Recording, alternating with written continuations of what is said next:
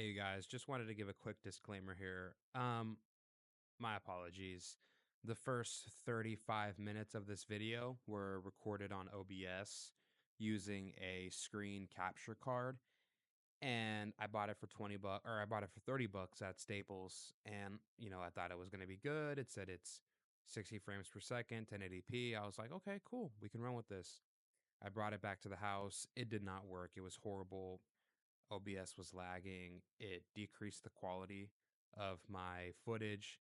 And I basically had to scrap the first 30 minutes of this debate. So I'm really sorry about that. Um, but afterwards, I was able to get back on track. And the quality of the video throughout was much better. So yeah, sorry about that. My apologies. It won't happen again. But the first 30 minutes of the debate weren't that eventful. It was pretty much just Nick giving a introduction, Dinesh giving an introduction, Alex asking a couple questions. There wasn't any major back and forth yet. So just wanted to give you guys that disclaimer. Once again, my apologies, but thanks for understanding. But um, but yeah. So with that being said, it's important to take into account all these elements of understanding geopolitics and Western imperialism and the West's role and its dominance on finance and Federal Reserves, uh, the dollar, things like that, how that all factors into the different kinds of behaviors that we see and the kinds of leaders that rise up in the Middle East and in Africa. It's important to take those things into consideration. And then also, just to respond to what Dinesh is saying here, Dinesh is of the mindset, like I was saying, that Islam, jihadism, all this stuff is has the capacity to destroy the world. And look, I think jihadism is an incredibly destructive ideology, and that's obviously evidenced by the fact that we see all these different ISIS and all these different Al Qaeda cutouts and splinter groups forming in North Africa, in the Sahel, in West Africa, even, and obviously in the Middle East. So, yeah, it's a destructive ideology. It's an incredibly dangerous ideology for sure. But once again, I do think that this gets played up more than it needs to be. Okay, just wanted to leave that there. It misses what human nature is all about. It misses the lessons of Machiavelli and Clausewitz and Sun Tzu. It misses the idea that treaties are simply disguised ways that powerful countries advance their own interests. No one is going to sit down and make a treaty because they want to. You make treaties because you have to. You make treaties by and large in which you concede things that you would have lost anyway on the battlefield. Now let's look at Iran, for example. If it's true, first of all, a word about Mossadegh. I heard Nick use the word democratically elected. Yeah. Mossadegh was not democratically elected. He was not elected by That's the what I Iranian thought. people. He was, in fact, appointed by the Shah. Let's Yeah, he remember that worked the for Shah him. was in power in 1953. So if you have a dictator who's running the country, how does someone get democratically elected? So I think this is actually taking up a talking point from the left, and a bogus talking point also. By the way, the first thing that Mossadegh did when he came in, he dissolved parliament. So this democratically elected guy dissolves the very parliament that supposedly put him into power. So he was an autocrat, in some ways no different than the Shah. There was a power struggle. Yes, the CIA was involved. Mossadegh was overthrown. In my view, that was a very good thing. Now, some people will say, well, that's what caused the Iranian Revolution. Wrong. The Mossadegh business was in 1953. The Iranian Revolution was in 1979. Are you telling me that the Iranians were really mad, but they decided to go on a 25-year vacation? Yeah, so this is just a fallacious argument. Obviously, the toppling of the government in 1953 was a direct pipeline into the revolution of 1979. Like, obviously. That's not even, what is that, one generation of difference? That's nothing. That's 26 years. Obviously, that laid the groundwork, fertile grounds. Nothing happens in a vacuum, ever. Nothing ever happens in a vacuum. When one government leader gets toppled in one country and a bunch of different militant groups rise up, or when one evil dictator comes to power in a particular country and then he gets overthrown, and this happens in Africa all the time. It just happened in Burkina Faso. You'll have one guy who's the African president, and he's there for like 10 or 15 years, and everything is fine. And then next thing you know, you got all these different paramilitaries and all these different militia groups rising up out of nowhere to coup the government, and they take power 15, 20, 30 years later. So that has nothing to do with the time, has nothing to do with whether or not a leader gets overthrown. It's about the conditions. Have the conditions remain the same. If 30, if 20 or 30 or 40 years worth of time passes between something happening and another thing happening that replaces a thing before it, it doesn't matter how much time in between lapses. It's about the conditions. Do the conditions still exist? And in the case of Iran, when there was the revolution in 79, all the conditions still existed. You still had repression of religious and ethnic minorities. You still had a secret police. You still had copping out to the West. You still had a bankrupted, poor government that was on the verge of collapse because they were being forced into buying weapons from the United States of America and to making all these $1 million arms deals. So obviously, national sovereignty and the lack of it in Iran was a critical element of the revolution in 79. So for him to just sit here and say that 26 years going by with no revolution is, it tells you about everything that happened and about the overthrow, the coup in 53 and the coup in 79 having nothing to do with each other. It's just not true. The time that lapsed between 53 and 79 doesn't matter if the conditions stayed the same. And then decided, okay, now let's work ourselves up into a frenzy 25 years later. That's just a bad The reason argument. we got Iran is basically because of Jimmy Carter. Jimmy Carter decided that the Shah was a despot. He didn't want to support the secret police. He pulled the Persian rug out from the Shah, and basically we got Khomeini. So this is the nincompoopery of Jimmy Carter. He tried to get rid of what he saw as the bad guy, and we got the worst guy. Okay, and so since then we've had a regime. Respond to that, but I wasn't going to jump in a bunch. This is a great debate, but we're kind of doing a history lesson, debating history. But that's important. You have to let them argue the history. You have to let them argue the history, or else we're not going to know what the fuck is happening now. You got to let them argue the history. That's so important because you can't iron out the facts and the pretext and everything that's led to now. You're not going to know how to actually analyze what's going on now. As long as you guys want, we go 3 hours if you want. I hope we get into the current stuff, the FATWA, Trump saying they may have a peace deal Monday, the Israel lobby, all of that. But I'm going to stop there. Nick, come back. You guys start going back and forth here. Sure, I would come back and, I don't want to turn it into a big history thing about the Soviet Union and communism, but I would say that's simply not true. I mean, it was credible. And this is what the Pentagon believed in the late 60s and early 70s, is that the Soviets thought that they could survive a first strike against the United States. The idea that mutually assured destruction was always the law of the land. There's this revolution in diplomacy because of nukes. It's just belied by doctrine. And during the 60s and 70s, we believed the Soviets are more powerful than us. They had more nukes than us. And we thought that they were going to strike us first. They thought they could survive it. And the rhetoric about the Soviets was the same. They have this global ambition, domino theory. They want a global revolution. It was exact same stuff that they say. This is a really good counterpunch from Nick. This is a really, really good counterpunch from Nick because Dinesh was relying heavily to create his follow-up argument on this notion that in some way, the Soviet retains this rationality that Iran simply doesn't have, and it's why these two situations are fundamentally different, and why you can't negotiate with one, but you can negotiate with the other. And Nick is coming back and ironing out the historical record and saying, no, the Pentagon believed in the 60s and 70s that the Soviets genuinely did contemplate striking us with a nuke, that they did have the ability to withstand a first strike. And so this kind of rebutting and ironing out of the historical record, really good stuff on Nick's part. That's an incredibly powerful counter response. Very, very good. Very, very good. Very good counter response. We didn't need regime change in the Soviet Union and to go in and decapitate the regime with airstrikes. It just isn't true. We negotiated. So I would say that's in the first place. But we don't need to relitigate the history of the Cold War. And the second place of Mossadegh is really neither here nor there, the exact particularities here. The point is this. The United States and Israel pursue regime change across the entire region. That's the point I'm trying to make, and I didn't get to finish in my opening statement. We overthrew Iran's government once, and you admit it's a CIA coup in 53. In 1979, the people are furious because of the secret police, because of the White Revolution, because of the reforms that were made under the Shah.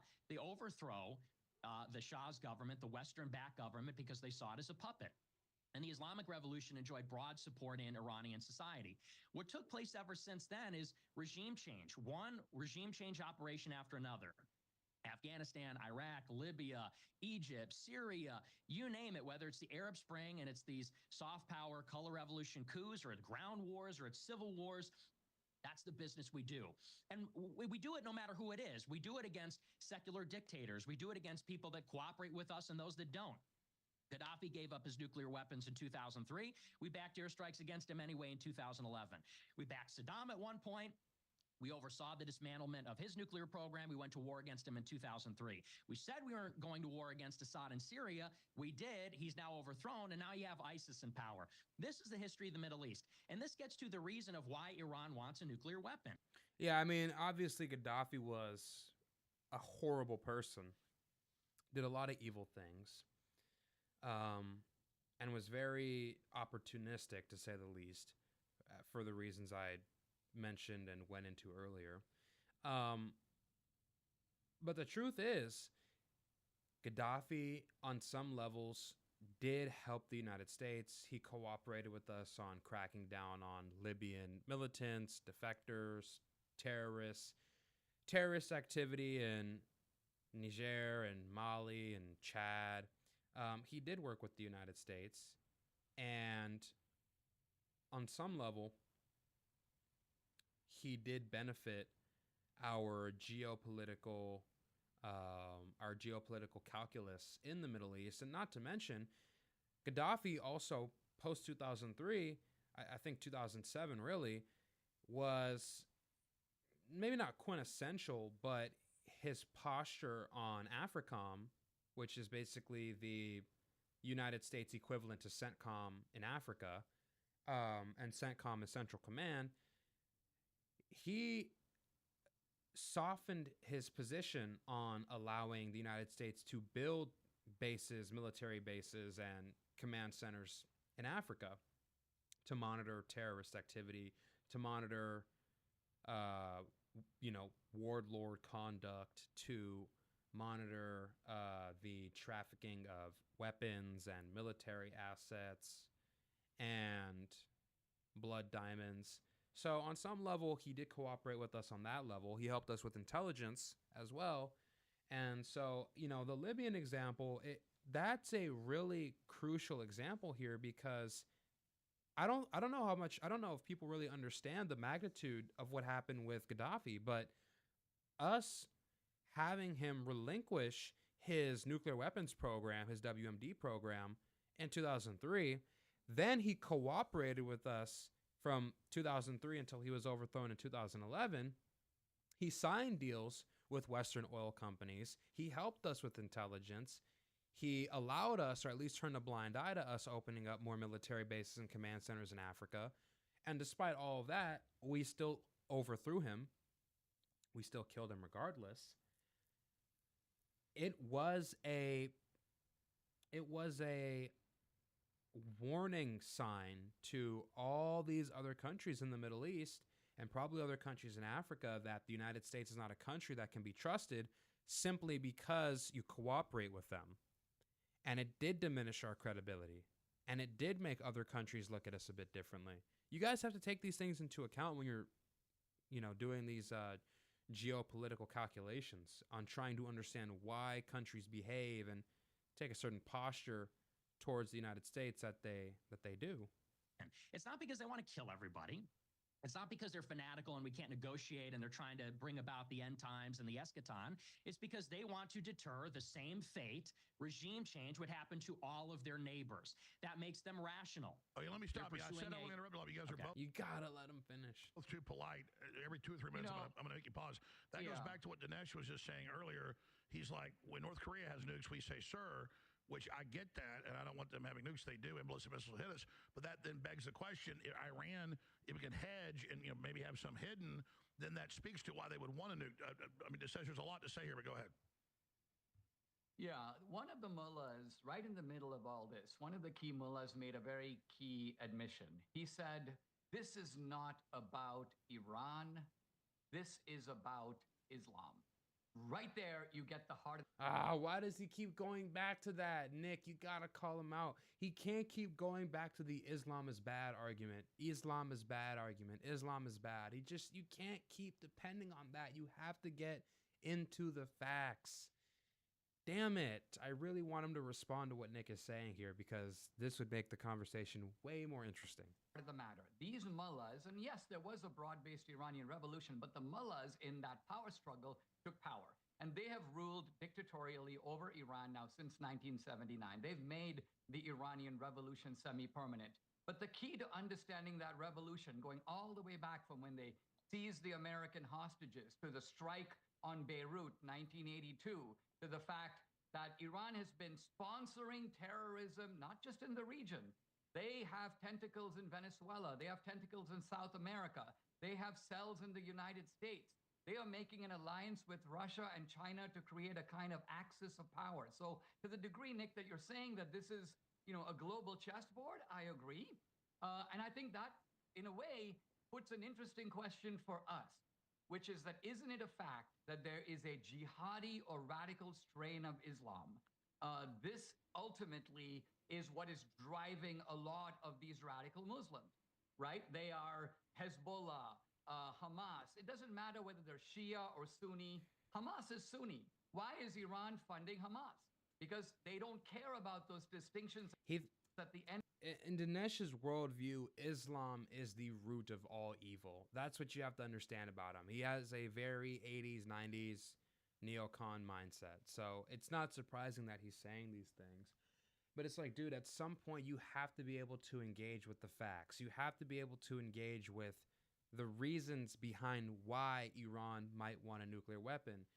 Western imperialism, NATO, regime change, backing militant groups. Like, there's so many different reasons why Iran might want a nuclear weapon that go beyond just being Islam or go beyond just being Muslims, like, or practicing Islam. It's like there's so many other reasons that you're just leaving on the table and you're not unpacking. And it's like, dude, like, make a different argument. At the end of the day, they care about whether you're an infidel, yes or no. See? This radical Islam is a global ideology. True. Look, you can say the mullahs keep saying it. I don't believe. And it's like, it's not impossible to do both. You can dislike, you can criticize. I do it all day. You can dislike, criticize radical Islam, jihadism, all that all day long. It's obviously a destructive force.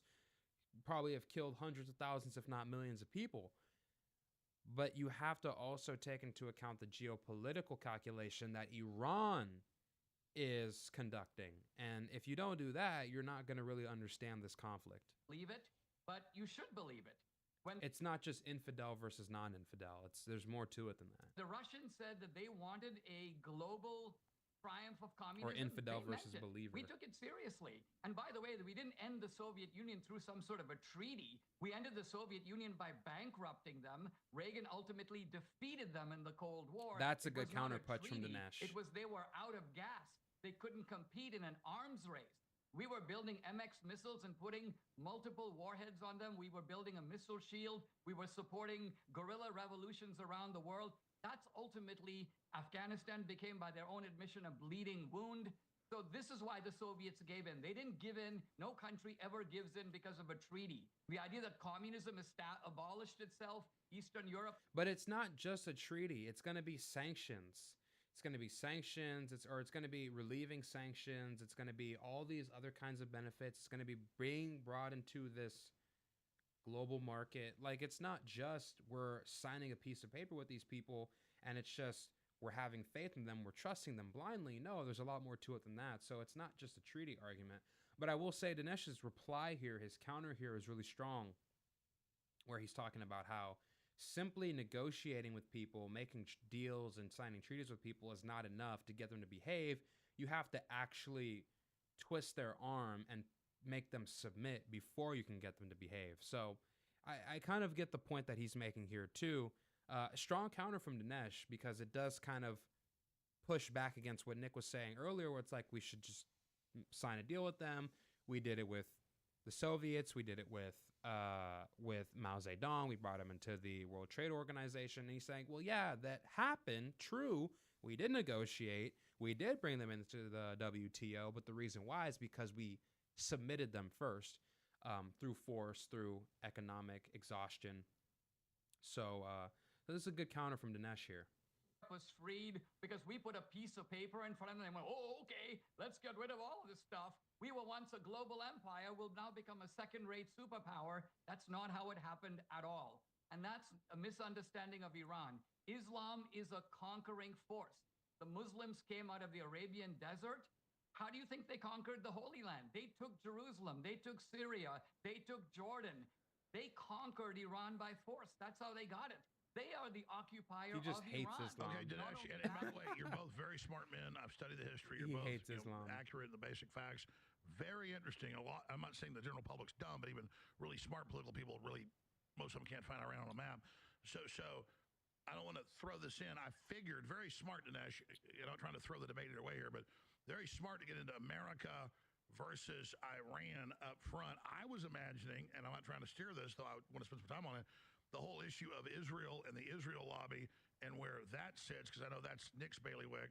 And, so that's just something I'm throwing out there as well, because that's why a lot of Americans have seen, I'm not saying I love the Islamicists or any of this, but we've seen regime change. Now the former head of Al-Qaeda in charge of Syria. By the way, just to point out, Dinesh did not respond directly to anything Nick said about nuclear hedging, about China threatening all these countries in the East China and South China Sea, and why they have latent nuclear programs. Dinesh didn't address any of that. He left all that on the table. So, I think that's generally he lost that argument. Syria, I think by not addressing that. Hamas being Israel helped. How can you not up, address that? As a counterbalance, then we've got Iran. All of this, and so I think a lot of Americans just don't believe the intelligence establishment. Even though I wouldn't cry at night if the mullahs fell. So I mean, what about the AIPAC Israel issue in all of this, Dinesh? For like a minute, Well, like Dinesh is making the kinds of arguments you would hear from like some guy who listens to AM or FM radio on the way to work and on his way back home from work about some kind of like terror attack that happened in Gaza or in the West Bank, and we're hearing about it, and he's talking about how bad Islam is. Like, these are like Rush Limbaugh, Dennis Prager level arguments. Like, this is not what you would expect to hear from a what's the word? An expert, a scholar. You would expect to hear something more sophisticated, which is what I was hoping I would get from Dinesh. He's a smart guy, but I don't know. We're just not getting it yet. Can I respond actually Sure, to what he said? Sorry, I apologize. Go ahead. No, you're fine. I just want to have equal time. But I mean, with regard to this, there is just like this, and forgive me if this sounds I'm trying to be cordial here, but I do believe there is this engine in the United States from the conservative movement that says it is about Islam. This is Glenn Beck's book. This is sort of the Fox News mantra. It is Islam. Islam is the problem. And I'm not an Islamist. I'm a Catholic. I'm not pro-Islam. And I wouldn't even call myself pro-Iran. I'm pro-America. And to sort of narrow the discussion, let's talk about Islamism. Let's talk about jihadism. I agree with you. There is an element of jihadism in the Middle East. There are these radical Muslims that they want to return to the faith of the pious ones, the ancient Muslims, the first 2 or 3 generations of Muslims. Jesus. They come from Saudi Arabia. Jesus. Hezbollah, Hamas, the Iranian-backed groups do not attack Americans on American soil. They're not global powers. They're local. By the way, guys, just to be clear here, there's about last time I checked, there's about 4 to 5 million North Africans living in France. There's about 900,000 to a million plus Syrians living in Germany. And then, of course, you have North Africans and Middle Easterners, specifically Syrians, Lebanese. As you saw, that guy in that clip was waving a Lebanese flag. Iraqis, all across Europe. You have them in Sweden. You have them in Italy. You have them in Greece. But mainly in France, Germany, and in growing numbers in the UK.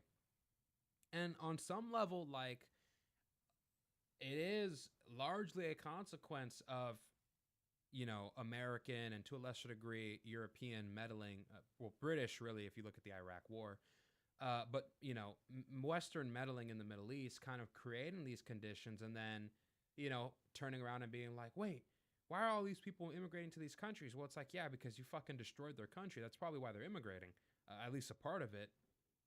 So there is a kind of an irony there, but this is what I'm talking about. And this is kind of, I do kind of get Dinesh's point here where he talks about Islam being a conquering force, because you got all these Syrians coming here, you got all these Lebanese coming here, you got all these Iraqis coming here. They're going to Europe, they're going to Italy, they're going to Greece, they're going to France, the UK, and other countries in Europe, and they're waving Lebanese flags, they're waving Syrian flags, and it's like, it does feel like a takeover. It really does feel like a takeover, because when they come, you have to understand, when they come, they don't integrate. They don't ever. They don't integrate. When you have 100,000 or 200,000, 300,000 North African and Muslim immigrants immigrate to your country in a year, what's going to happen is they're not going to assimilate within a year or even within a generation or two. They're going to form their own enclaves, because there's so many of them. There's hundreds of thousands of them. They're going to form their own enclaves. They're going to live in cities, in pockets of the city. They're going to speak Arabic. They're going to teach their kids Arabic. They're going to practice Islam. They're not going to learn German. Maybe some of them will, but a lot of them won't. And what you're going to have is you're going to have basically two societies within a society with completely different values, with completely different identities and customs and religious beliefs and attitudes, just completely different, complete cultural clash. And obviously, this leads to conflict. And so, on some level, and it's especially difficult when you're dealing with Muslims, because Muslims have a pre-programmed civilizational attitude. They believe that everything should be centered around Islam. They don't agree with integration. They don't agree with Western values. They don't like Western values. They are Muslim. They believe in Muslim values. They believe in Muslim supremacy. You need to understand that. These are not people who just come to your society and gel in well with everybody. They don't. They have their own completely different way of viewing the world and conducting themselves in the world. So I am not pro Islam or pro Muslim immigration by any means. So I understand Dinesh's point as well. Local powers or regional powers. They don't attack the United States. They may attack the United States in Beirut or Iraq because the United States is in their territory. We're in the Middle East. We're in their neighborhood. We're backing Israel's brutal war on Lebanon in the 80s, where they commit massacres, castrating people, scalping people, brutal atrocities that are well documented that Israel, their own commission blames Ariel Sharon for this, the defense minister. So, they don't attack us on our soil. The terrorists that do attack us are Wahhabist. They're Salafist. That comes from Saudi Arabia. Saudi Arabia spent billions of dollars promoting Wahhabism, which is the ideology of Al-Qaeda, of ISIS. We backed the Mujahideen in Afghanistan. We backed bin Laden. We do arms deals with Saudi Arabia. And you know what? To some extent, I don't know how compelling this argument is for one of two reasons. This idea that there's like a distinction between Shia terrorism and Sunni terrorism. They're both terrorism regardless at the end of the day. And it's true that in terms of scale, Sunni Islam has been a far more destructive force. Al-Qaeda is Sunni, ISIS is Sunni, and you have AQAP, you have AQIM, you have all these different ISIS cutouts like ISIS in the Greater Sahel, or Greater Sahara, you have Boko Haram, and there's just, the list goes on. There's so many different Sunni, Islam, Berber groups in North Africa, in the Sahel region, in the Maghreb, and they're obviously all across the Middle East. They're in Iraq, they're in Syria, they are in Saudi Arabia, they're in Egypt, the Muslim Brotherhood. So yeah, like I get this idea that like Sunni Islam, because the vast majority of Muslims are Sunni, about 85%, only about 15% are Shia, or maybe even less than that.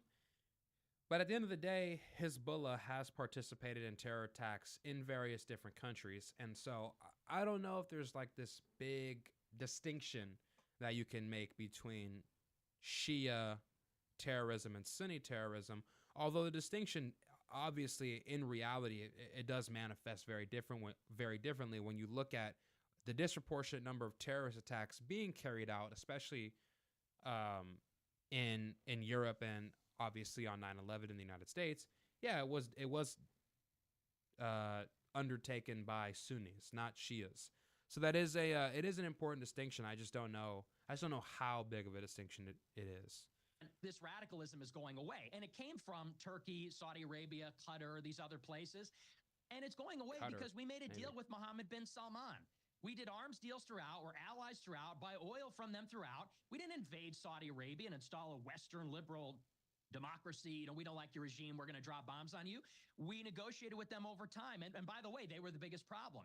As far as Iran is concerned, it's important to analytically determine their strategic interest because that's how you determine what we have to do about it. Israel wants regime change in Iran. That's why Iran wants a bomb to deter this, which is a credible fear. Now, the United States won't let Iran have the bomb. Now, if you want to give Iran the Soviet Union treatment and bankrupt them through maximum pressure and sanctions, that's what we were doing.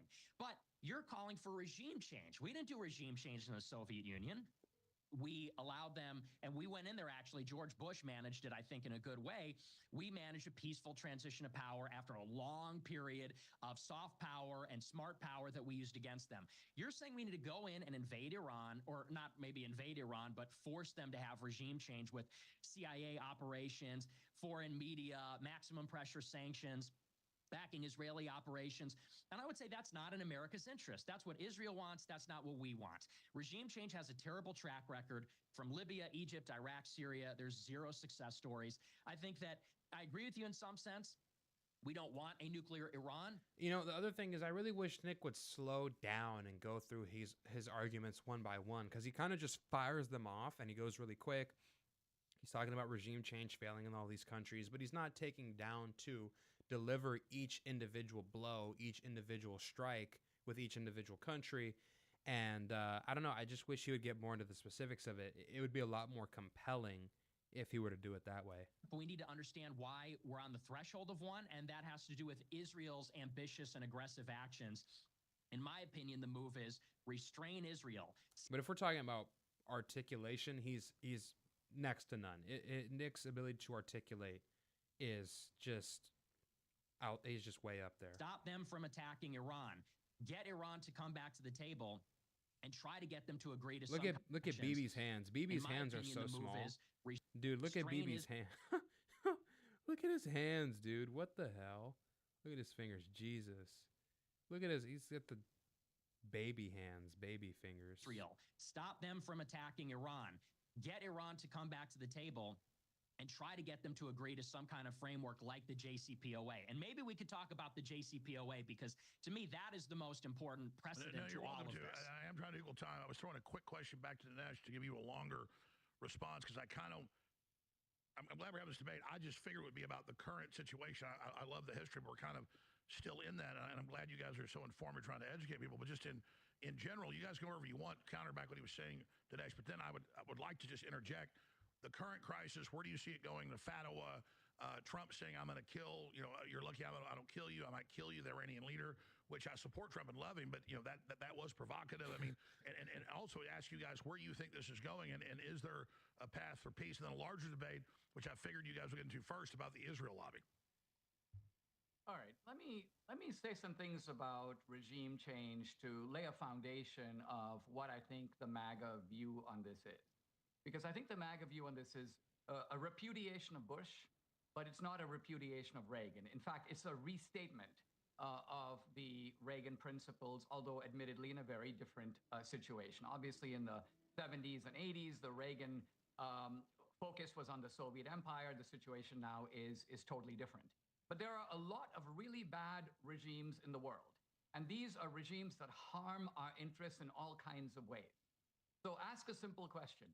Is it in our interest for these really bad regimes, and I'll be happy to go through a list and we can agree on what they are, would it be a good idea for these regimes to have change? For the bad guys who are running these regimes to go, get away, for the regimes themselves to be toppled, and for something else to take their place. So if we look at Iran, for example, I would say I am willing to take any chance on getting rid of the mullahs, these jihadi mullahs, these people who wish death to us and are building up the means to do it. Oh, and I don't know. Okay, maybe Nick's right. Maybe he's wrong. I tend to believe the mullahs over Nick. They say that they want to have global jihad. They say that they want a global caliphate. They say that they're building up the strength to do it. They're allying with other people who certainly do have nuclear weapons and do have that kind of power. So would it be a good idea to have regime change in Iran? Would it be in our interest? Forget about Israel. Of course it would. Now, Yeah, that's another thing about going back to what I was saying earlier about this distinction that Nick was making between Shia and Sunni. I don't really think Iran cares that much if it means destroying Israel and the United States, or at least crippling them, weakening them, whatever. They would support Sunni jihadists in a heartbeat. a separate question is, what are we willing to expend for that to happen? So my question to Nick is, all right, let's start at the very beginning.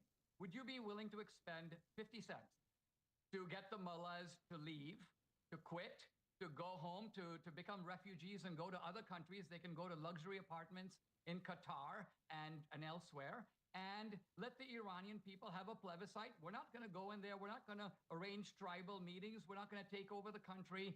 We're going to let them fix it. I would be very confident that what comes after, whatever it is, it could be autocracy, it could be democracy, it could be some hybrid, is going to be better than what's there now. So I think Nick is so blinded by his hatred of Israel that he's losing sight of America first. See, this is another thing. This gives you more insight into the way he thinks. Where look at the way he just said regime change is going to give us something better than what we have now. We said the same thing in Libya. We said the same thing with Saddam. And, maybe you could make the argument, it is fair to say that Maliki is obviously better than Saddam Hussein was. But now you have a situation where Iraq is, one, more within Iran's sphere of influence, but two, you have the Kurds. They created their own separatist group. And you have all these different, basically, Iranian terror cutouts that have basically been integrated into the PMF. They've been integrated into the Iraqi armed forces. And now you have the Iraqi army training alongside the PMF, and they're training these guys, training them up, giving them guns, teaching them how to use advanced military equipment. And it's like these are the same people who are basically on Iran's payroll. So it's hard to say that the situation, the strategical calculation in Iraq has gotten better since 2003 just because Saddam is gone. But you definitely can't say that about Libya or North Africa. It turned into a complete disaster. And we didn't even put boots on the ground. So this idea that Iran having a regime change would necessarily be better than what we have now, I think that is a very bold proclamation, considering the fact that you have Turkmenistans living there, Balochis living there, Kurds living there, Arabs living there. I think you have Pakis living there too, Pakistanis living there. And then, of course, you have Persians living there, but you also have Shias, you have Sunnis, you have Sufis. You have all these different religious groups. You have all these different ethnic groups. And who's to say that when the regime gets toppled, some more corrupt, more violent group of actors doesn't take hold after, taking the opportunity to exploit the power vacuum. Who's to say that doesn't happen the same way it happened in Libya? So I think like I said, Dinesh is coming from this mindset of Islam is bad and the mullahs are bad and anything is better than the mullahs. And so if the country gets plunged into a civil war because we topple the government, that's still better than the mullahs. I can't see the rationale behind that. And also all the potential downstream consequences of toppling a government that's existed for 46 years. I mean, we're talking devastating effects. This is a country with institutions. This is a country with military hardware. This is a country with an aerospace program. This is a country with armored personnel carriers. I mean, this is a country with serious military hardware.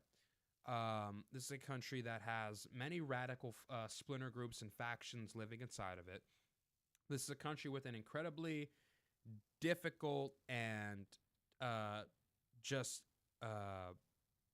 what's the word I'm looking for? A very complicated terrain to navigate. I'm just saying, if you have a situation like that where all these strongmen exploit the power vacuum and thousands of people start dying, hundreds of people are being killed every day due to sectarian violence, you're going to have a refugee crisis. It's going to destabilize neighboring countries. It's going to destabilize their borders. And now you're looking at a situation where people are dying. There's a humanitarian crisis. There's inflation because of supply chains being disrupted, because all these different countries are being destabilized by this influx of immigrants.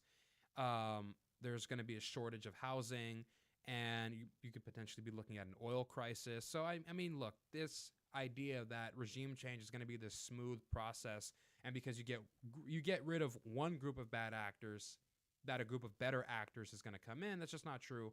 And that the situation is going to get better, that's just not true, as evidenced by what we saw in Libya, where now you have the government of national accord and the government of national unity fighting against the Libyan national army that's being supported by Russia. And you have basically the country being split in two. It's a civil war, and there's militias from both sides fighting against each other, and it's just a complete mess. So, if the situation happens in Iran, consequences could be way worse, considering it's a way bigger country. And it's a way more consequential country considering where it is, right? Where it's like right smack dab in the middle of the Middle East. It's near Europe, and it's, near the South Caucasus. It's near Central Asia. It's near South Asia. So it could be bad is all I'm saying. He's become automatically friendly to the mullahs. And I don't know how He's giving Dinesh a much isn't more rational aware of account that. of the Iranian interest than he even gives of American interest. I mean, every time he talks about America, he uses the phrase we. But let's remember that we've had alternating regimes between Republicans and Democrats. So he mentioned the Arab Spring. The Arab Spring was basically an anti-American operation organized with the help of Barack Obama. Barack Obama wants Iran to have nukes. He was trying to create space for. See, and then he goes on and he starts saying things like, Barack Obama wanted Iran to have nukes, which is obviously bullshit. That's obviously a lie. Otherwise, he wouldn't have had 24/7 monitoring at Natanz, at Fordo, at Isfahan. He wouldn't have had remote surveillance. He wouldn't have capped their enrichment at 3.67%. He wouldn't have made them get rid of their entire stockpile of highly enriched uranium. I mean, none of those things would have happened if you wanted them to have a nuclear weapon, right? He wouldn't have had a highly technical agreement where he brought in Russia and China and France and Germany and Britain, or the UK and the EU. Like, this idea that Democrats are bad, they're responsible for everything, Barack Obama is Satan. It's just this kind of embellishment of bad actors in the world and positioning the Republicans as the people who are sane and want to fix everything. I just think this is a very juvenile way of looking at the world. It's Islam is bad, the Democrats are bad, Barack Obama wants Iran to have a nuke. It's just, it's very outdated. It's an archaic way of thinking. For them to do that and give them money to enable them to do that. Why? Because Obama has an ideology that's anti-American. So we can't just say we and take the blame for what Obama did and what other Dinesh, people I'm did. just watching the clock, trying to just be a referee. He barely gave him any time to speak. Here, good points. Nick? Well, that's a lot to tackle there. I would say in the first place, and I have to address this first just to get it out of the way. When you say we take the mullahs at their word, you're citing one of their clerical leaders, and you say, well, that guy said it's about Islam. That defines their whole regime. If you want to take them at their word, let's go to the supreme leader. The supreme leader is the top cleric in Iran, the top cleric in Shiite Islam. It's in their constitution. Supreme leader's got to be a cleric.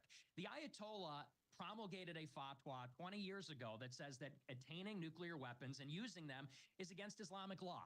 And that has been cited over and over again in 2005, in 2015. In recent negotiations, they say the supreme leader says it's contrary, and I could give you the quotes, completely to Islamic doctrine to have nuclear weapons. So you can't have it both ways. You can't say we're going to take them at their word when one guy in the government says we're going to take over the world, but you can't have it both ways and say we can't listen to the supreme leader say we don't want nuclear weapons. We have to do one or the other. I'll just say that first.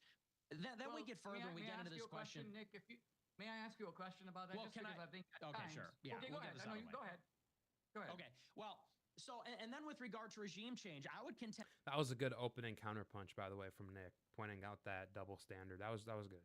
that regime change is just not desirable. You say, well, how much are you willing to expend? Because it's true. You can't you can't say on one hand we have to take the mullahs at their word. They want to destroy the U.S. They want to do a global caliphate. They want to do global jihad. They chant death to America. They chant death to Israel. We're little Satan, big Satan. But then when the supreme leader, the top cleric in the country, comes out and says on multiple occasions, we don't want a nuclear weapon, it is against Islamic doctrine, it is against Islamic law, you just conveniently turn a blind eye to that. You can't have it both ways. To pursue regime change. I'm saying I don't think it's desirable. And here's the evidence for this. You say, well, I'm confident something better will happen. There'll be this democratic plebiscite. What is the history of regime change? When Hosni Mubarak was overthrown in Egypt, you got the Muslim Brotherhood, Islamism, Mohammed Morsi. When Gaddafi was overthrown, you get warlords, you get civil war. When Syria was overthrown, you get ISIS. You get this guy al-Julani, who's literally from ISIS and al-Qaeda. In Afghanistan, you still have the Taliban. If we overthrow Iran, and by the way, here's the other evidence.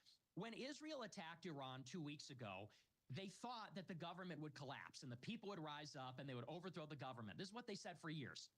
The opposite happened. The people rallied to the supreme leader. They said, we're under attack from a foreign entity. They actually rallied in the streets, and there were major funeral processions for the martyrs, the IRGC leaders that were killed. They rallied behind the government. If anything, if this government goes down, I don't know where you think we're going to get something better. We're going to get something more hardcore. The reason why it matters to articulate Iran's interests is to say, if their worst fear is regime change, which is the credible fear of all leaders, every leader wants to stay in power. No leader wants to meet the fate of Gaddafi. No leader wants to be deposed and live in exile. If their credible fear is regime change, and we pursue that in one form or another, and it's a little naive to say they're going to come together and have a new government. CIA and State Department and Israel will be all over that, just like they have in all these other operations. You're going to get hardliners. You're going to get IRGC commanders that said, our worst nightmare happened. Now we're really in a apocalyptic war. Now this is the end times. The United States overthrew us. Okay, so I'm you want to against answer, regime change. I'm going to watch the clock here. Do you want to answer Dinesh's question or just go back to Dinesh?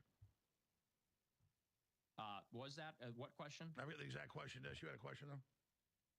Well, I've forgotten what the question was. There's a lot being talked about here. I'd rather respond to this larger theme here a little bit because, look, I mean, Nick, you're 26, and so it's understandable that your view of history, you keep saying history, a regime change is a bad history, and the history you give is like 4 years old.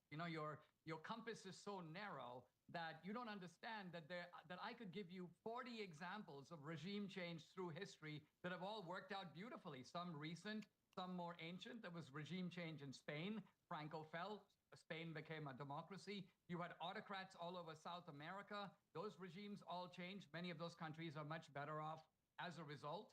The United States produced regime change in Mexico. There was a dictator named Santana. He was the one who actually came and fought against us in the Alamo. And yeah, this is a good counterpunch from Dinesh, talking about how regime change isn't always bad all the time. Because I do think we have a Iraq war PTSD. I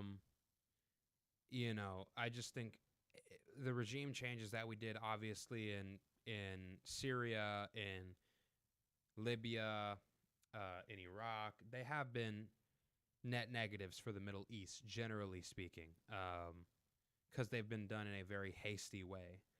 So I don't know what the ones that Dinesh is referring to, I don't know if they got better. I think they did, obviously, but or the ones he's referring to. But this is a good counterpunch from Dinesh because he's highlighting that regime change isn't necessarily inherently bad. It can be successful when done correctly. In Texas, ultimately, Santana was overthrown. That was excellent regime change. I'm not even counting, of course, the Nazi regime in Japan in World War II. The Soviet Union was regime change of an excellent quality. So regime change sometimes works and sometimes it doesn't work. A lot of times it depends kind of on who does it and how. Now, here's a key point, and of course, Alex has brought up Israel. I want to get into Israel, so I'm happy to do that. Here's the point I want to make. It is very much, in my view, in our interest and Israel to have regime change in Iran. And if Israel is willing to do it, I would say more power to them. I think Trump is stopping them. Trump says, no, I'm going to save the life of Khamenei. And so Trump, in this sense, I think, is more allergic to the risks of regime change and willing to keep the mullahs in power. But what's really important here is Israel is not controlling Trump. It's the other way around. If you leave it to Netanyahu, you leave it to the Knesset, they would like to overthrow the mullahs, and they have the power to do it. And the fact that they're not doing it shows that, again, to use my old phrase, the great Satan is controlling the little Satan and not the other way around. There's another example just from today. Trump is basically pressuring Netanyahu to have a 60-day ceasefire in Gaza. Now, first of all, Israel has every moral right to level Gaza. And what I mean by that is, quite honestly, when a country attacks you, when you are invaded, just like if there's a home invasion, some guy comes into my house, rapes my wife, kills my daughter, kills my kids, and then he runs Such a away, crude and analogy. I chase after him. And of course, I chase his car down, I stop him. He jumps out of the car, grabs his own kids, and sticks them in front of him. And then he goes, don't shoot because women and children are in front of me. No, what you've done, you put your children in danger, first by invading my house, and second by using them as human shields. I am not under any moral strictures based on what you did to me. I have every right to attempt to destroy you, and the suffering of your women and children is the result of your actions and not mine. So my point is, once you had October 7th, and October 7th, by the way, bankrolled by Iran, planned in Iran, Israel has every right, strategic, moral, political, to strike out at Gaza. Can I to show this strike on at YouTube? Iran. Jesus. And so the United States is the one that's tying their hands. And so once again, even with this Gaza treaty, you can see that the man in charge, the numero uno, is not Netanyahu, it's Trump. Okay, so I want Nick to be able to come back. I got to say something here. Dinesh, you're a great guy. I respect you, love your films, interviewed 20 years.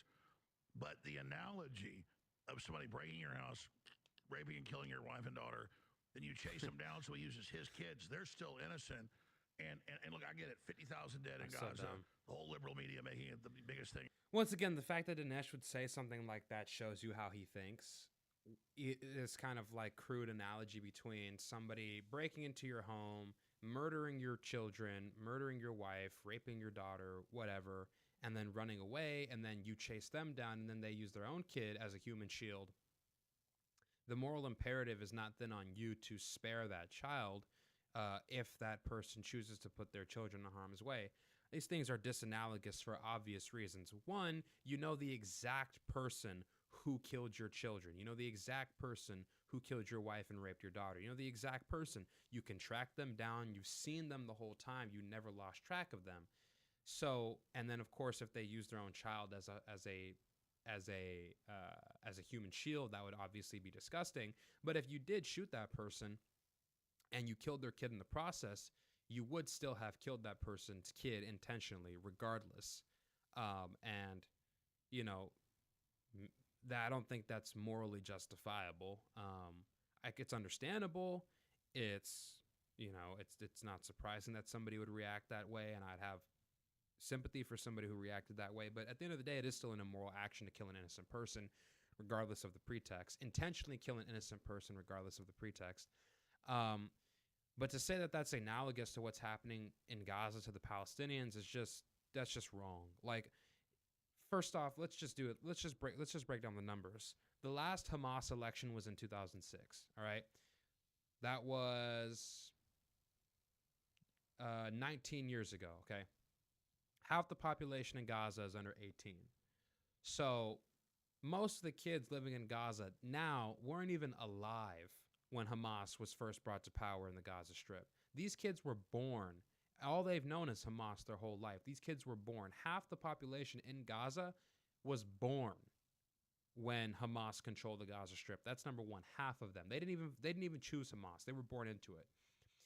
On top of that, if you take, let's say, of the people in the Gaza Strip who are over 18 years old, let's say half of them were 18 at the time that the elections between Hamas and Fatah took place in 2006, which would have meant they were 18 years old in 2006, which means these people are now 36 years old, right? Let's say 25% of the people living in the Gaza Strip are over 36 years old, 25%. And let's say of that 25%, only 80% showed up to the polls to vote for to vote in the elections between Hamas and Fatah. And then of the 80% of the people who voted for or the people who voted that day, who showed up to vote that day, we're talking about maybe 55 to 60% of those people voted for Hamas.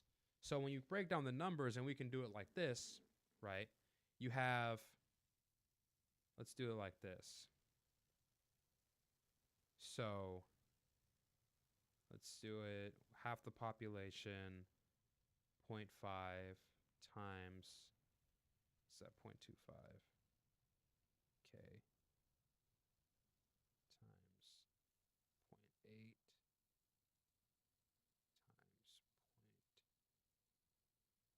0.25. We're talking about 8% of the people living in the Gaza Strip today were alive and voted for Hamas all the way back in 2006 when you crunch the numbers. So to make all these people, hold all these people responsible for something that they had nothing to do with, that's just obviously evil. That's just obviously a terrible way of looking at the world. Most of them weren't alive. Most of them, most of them weren't alive. 25% of the people who did show up of the 25% of the people who were alive during those elections, 80% showed up. Half of them voted for Hamas. I mean, we're talking about a small number of people here. We're talking about in the tens of thousands, not millions of people who voted for Hamas. And you're punishing most of them by destroying all of their homes. It's just like, I don't know how you defend that. I'm sad it happened. The left loves the war in Ukraine, over 1 million dead. But, and I understand what we did to Germany in World War II. I know Israel's argument. But to say then if somebody uses their own kids as human shields, I don't know, if somebody killed my wife and daughter, they use their kids as human shields, I'd wait till they drop the kids, or I'd, whatever. I just think it's an oversimplification. Well, you wouldn't wait till they drop the kids. What you would look for a clean shot at them. But if you accidentally hit their kids, whose fault would it be, yours or theirs? I get your point. That's fair. Touche. So go ahead, Nick. I'll stop interrupting. Yeah, well, I forgive me, but I have to do this. You said that I'm a young man and my view of history is so short.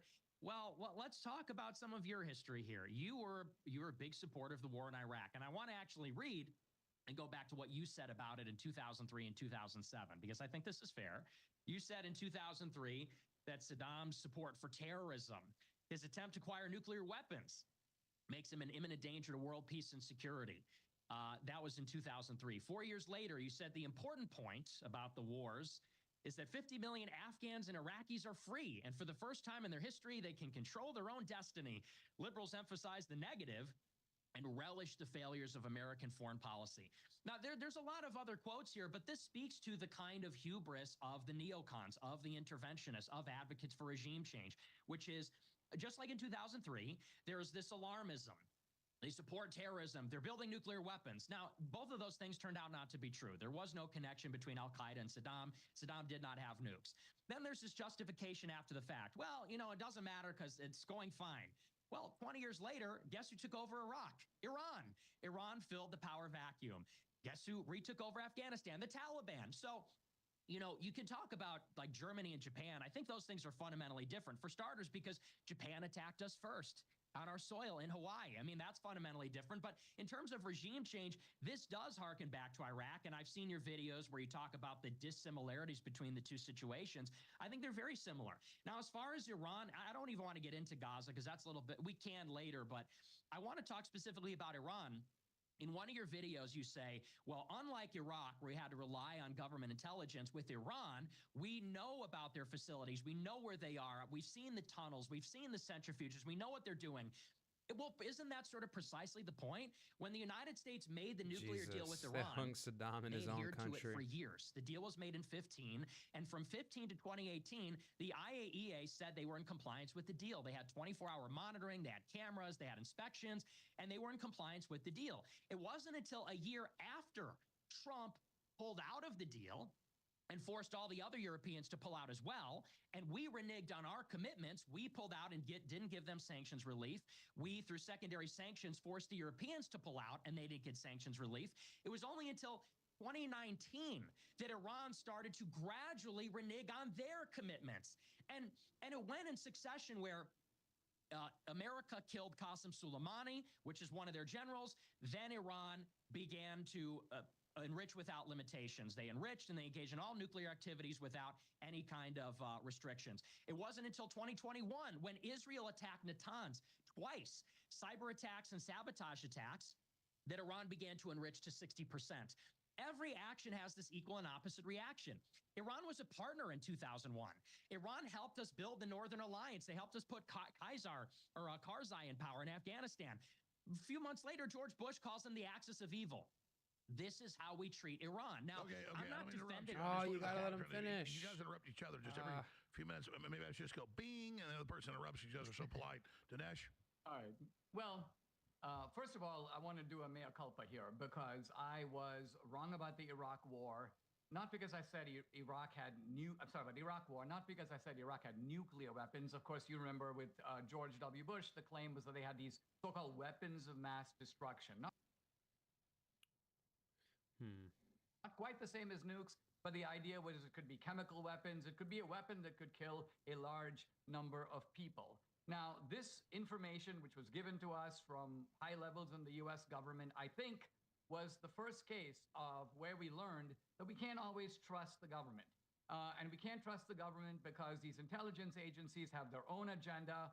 And this was a neocon scam. And I got to say... By the way, I do largely agree with everything that Nick said right there. I don't like about us and Israel antagonizing Iran and pushing them towards 60% enriched uranium and pulling out of the JCPOA. It's like all those things did contribute to the situation that we find ourselves in now, where we're engaging in this high-level brinksmanship with Iran, potentially on the verge of going to war. Of course, I don't think Dinesh is going to respond to any of that, but yeah, that's the head.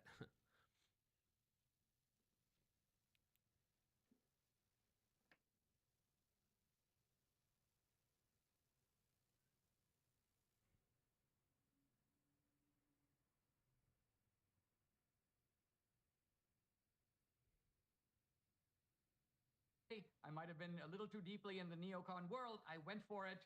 But unlike a lot of the neocons, I broke with them. Most of my former colleagues at AEI won't speak to me. I left the neocon camp, which is now basically the Never Trump camp. And I came into the Trump camp because I think the Trump was based on the idea that, look, we've learned some valuable lessons from the Iraq War. And that is this idea of trying to occupy other countries is a great mistake. By the way, the United States had every right to blow up the Taliban, to chase them out of power. Those were the guys who supplied the monkey bars for 9/11. So if you're talking about a direct attack on the United States, yes, it was Al-Qaeda, but the Taliban was a hospitable regime that trained them. What we should have done is turn to some rival tribes, there are plenty of warlike tribes in Afghanistan, and said, listen, we're going to turn it over to you. You keep kicking their ass. Is that true? Is it true that the Taliban trained Al-Qaeda for 9/11? I don't know if that's true. I've heard a lot of evidence to the contrary. I've actually heard evidence how the Taliban tried to warn us about Al-Qaeda, but maybe I'm misremembering. From now on, and we're out of here. But we didn't do that. We went I guess over both there, could be we true. started, conducting meetings and talking about women's rights and a whole bunch of nonsense, and the whole thing backfired on us. So that's a bitter lesson that we've learned, and I think I'm with you on that, Nick. All right, but Iran is a different animal, and I think this is the key. Iran is the one that is threatening Israel. By the way, if you just listen to the way Dinesh speaks, he sounds like a policy advisor. He sounds like somebody who's worked in a presidential cabinet. That's or an administration. That's what Dinesh sounds like. Like it's these very simple flowchart, formulaic ideas. This works like that. Iran is bad. They have global aspirations.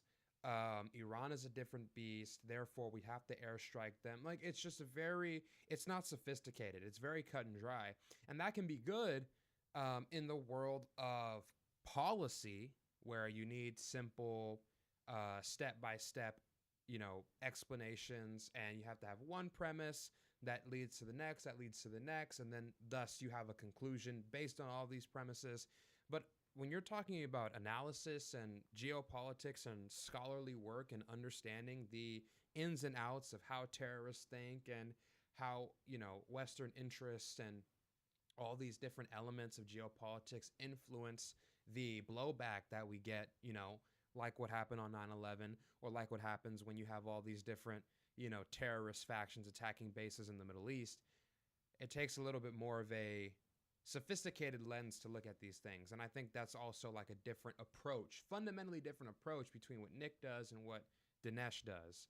Dinesh just has a very simple flowchart way of looking at these things, which can be good, but I just think there's a lot left to be desired when you analyze geopolitics in that way.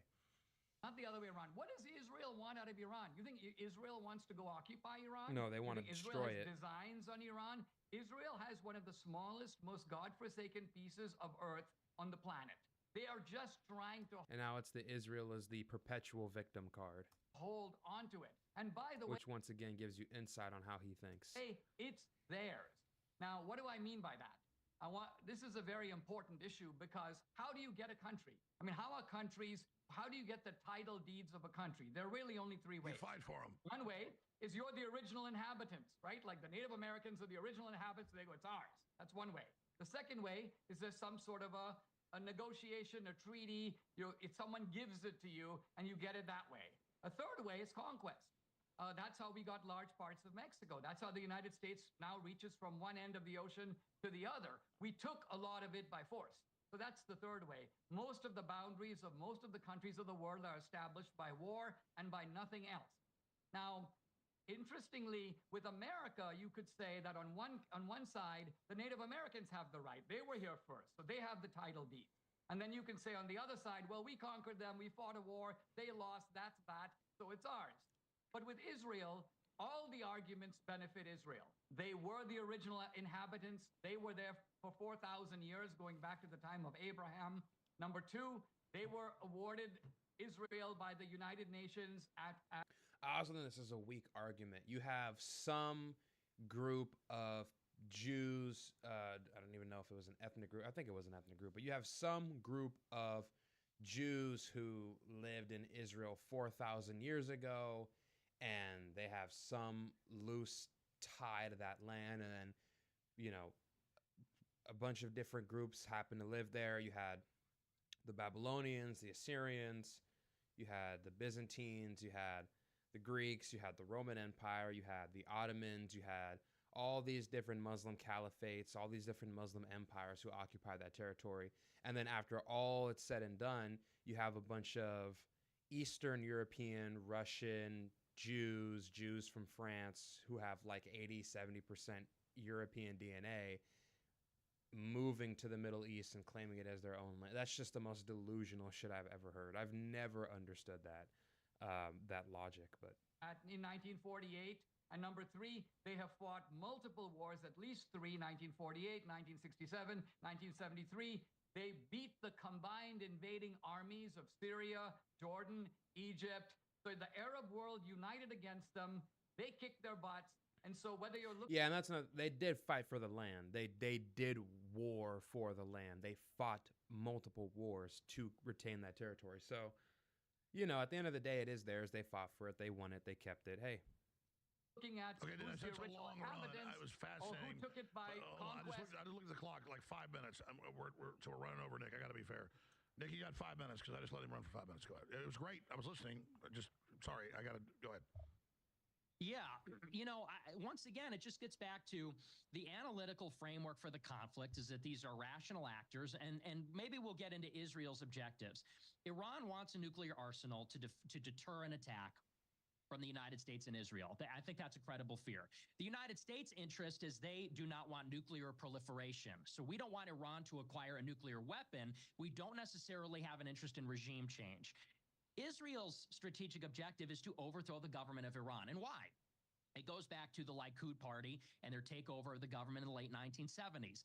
They witnessed what happened in the Camp David Accords, which is that Egypt got the Sinai back in exchange for peace. They witnessed some of the Israeli ministers try to negotiate with the Palestinians. They called it land for peace. We'll give you some of the West Bank in exchange for peace. We'll give Syria the Golan in exchange for peace was the idea. They thought that's what was going to happen. And these Likudniks, the people that have been running Israel basically for 50 years, nearly uninterrupted, they said, we can't keep giving up land in exchange for peace. They said, we need to go on the offensive. This is in Oded Yanon's plan for the 1980s. He was an advisor to Ariel Sharon. This is in the Clean Break Memo in 1996. And in both of these doctrines, and this is consistent throughout, 20, 30-year period, they said we need... I don't see how this correlates to regime change in Iran. I'm waiting for him to connect those two ideas. To go on the offensive, and we need to basically destroy all the big states that are supporting Palestine, all the big states that might pose a threat to Israel. And that is why they push for regime change against Saddam. That's why they push for destabilization of Syria. And ultimately, they saw Iran as sponsoring Hezbollah. Yeah, it doesn't... See, Nick saying all this is very important information because it really changes the framework of the conversation. It changes the base of facts for this conversation. And when your frame for the conversation is Israel the victim, it basically justifies anything they do. But when you basically introduce all these arguments like Nick is right now, where he's talking about Israel is an aggressive actor. Israel facilitated weapon sales to Iran during the Iran-Iraq War, okay? Israel, during Operation Grapes of Wrath, invaded the south of Lebanon, shelled the UN base or shelled the UN building, killed hundreds of people. And that's what inspired Osama bin Laden and all these other guys who became bin Ladenites and took part in the 2003 9/11 attacks, right? You have the 1982 incursion in Lebanon, 1978, the wars with the Lebanese, the sabotaging of the PLO, the funding of Christian Maronites in Lebanon who massacred and killed all kinds of innocent women and children. I mean, Israel has been an aggressor. They annexed the Golan Heights in 81. They bombed Iraq's nuclear reactors. I mean, it's very naive to sit back and act like Israel is innocent. They're weak. They're helpless. They are the ones who are constantly facing attack. That's just, it's a lot. There's a lot more to it than that. Okay. And Nick reframing the conversation in a way where it's more honest about Israel's role in all this is incredibly important. My fear, though, is that Dinesh fundamentally doesn't understand that because neocons are fundamentally programmed to believe that Israel is always the victim and the Arabs are always the aggressors. Okay, so I don't know how Dinesh responds to this. And the Shiite groups in southern Lebanon, and then eventually Hamas. And so Israel... Oh, yeah, and they funded Hamas. Israel literally built Hamas. Hamas had its origins as a charity, as an Islamic charity. And Israel supported this charity. And the guy who led the charity, his name was Ahmad Yassin. He was a Sunni member, ex-member of the Muslim Brotherhood, if I'm remembering correctly. And he was a sheikh, okay? He was a paraplegic sheikh. And this guy was hosting,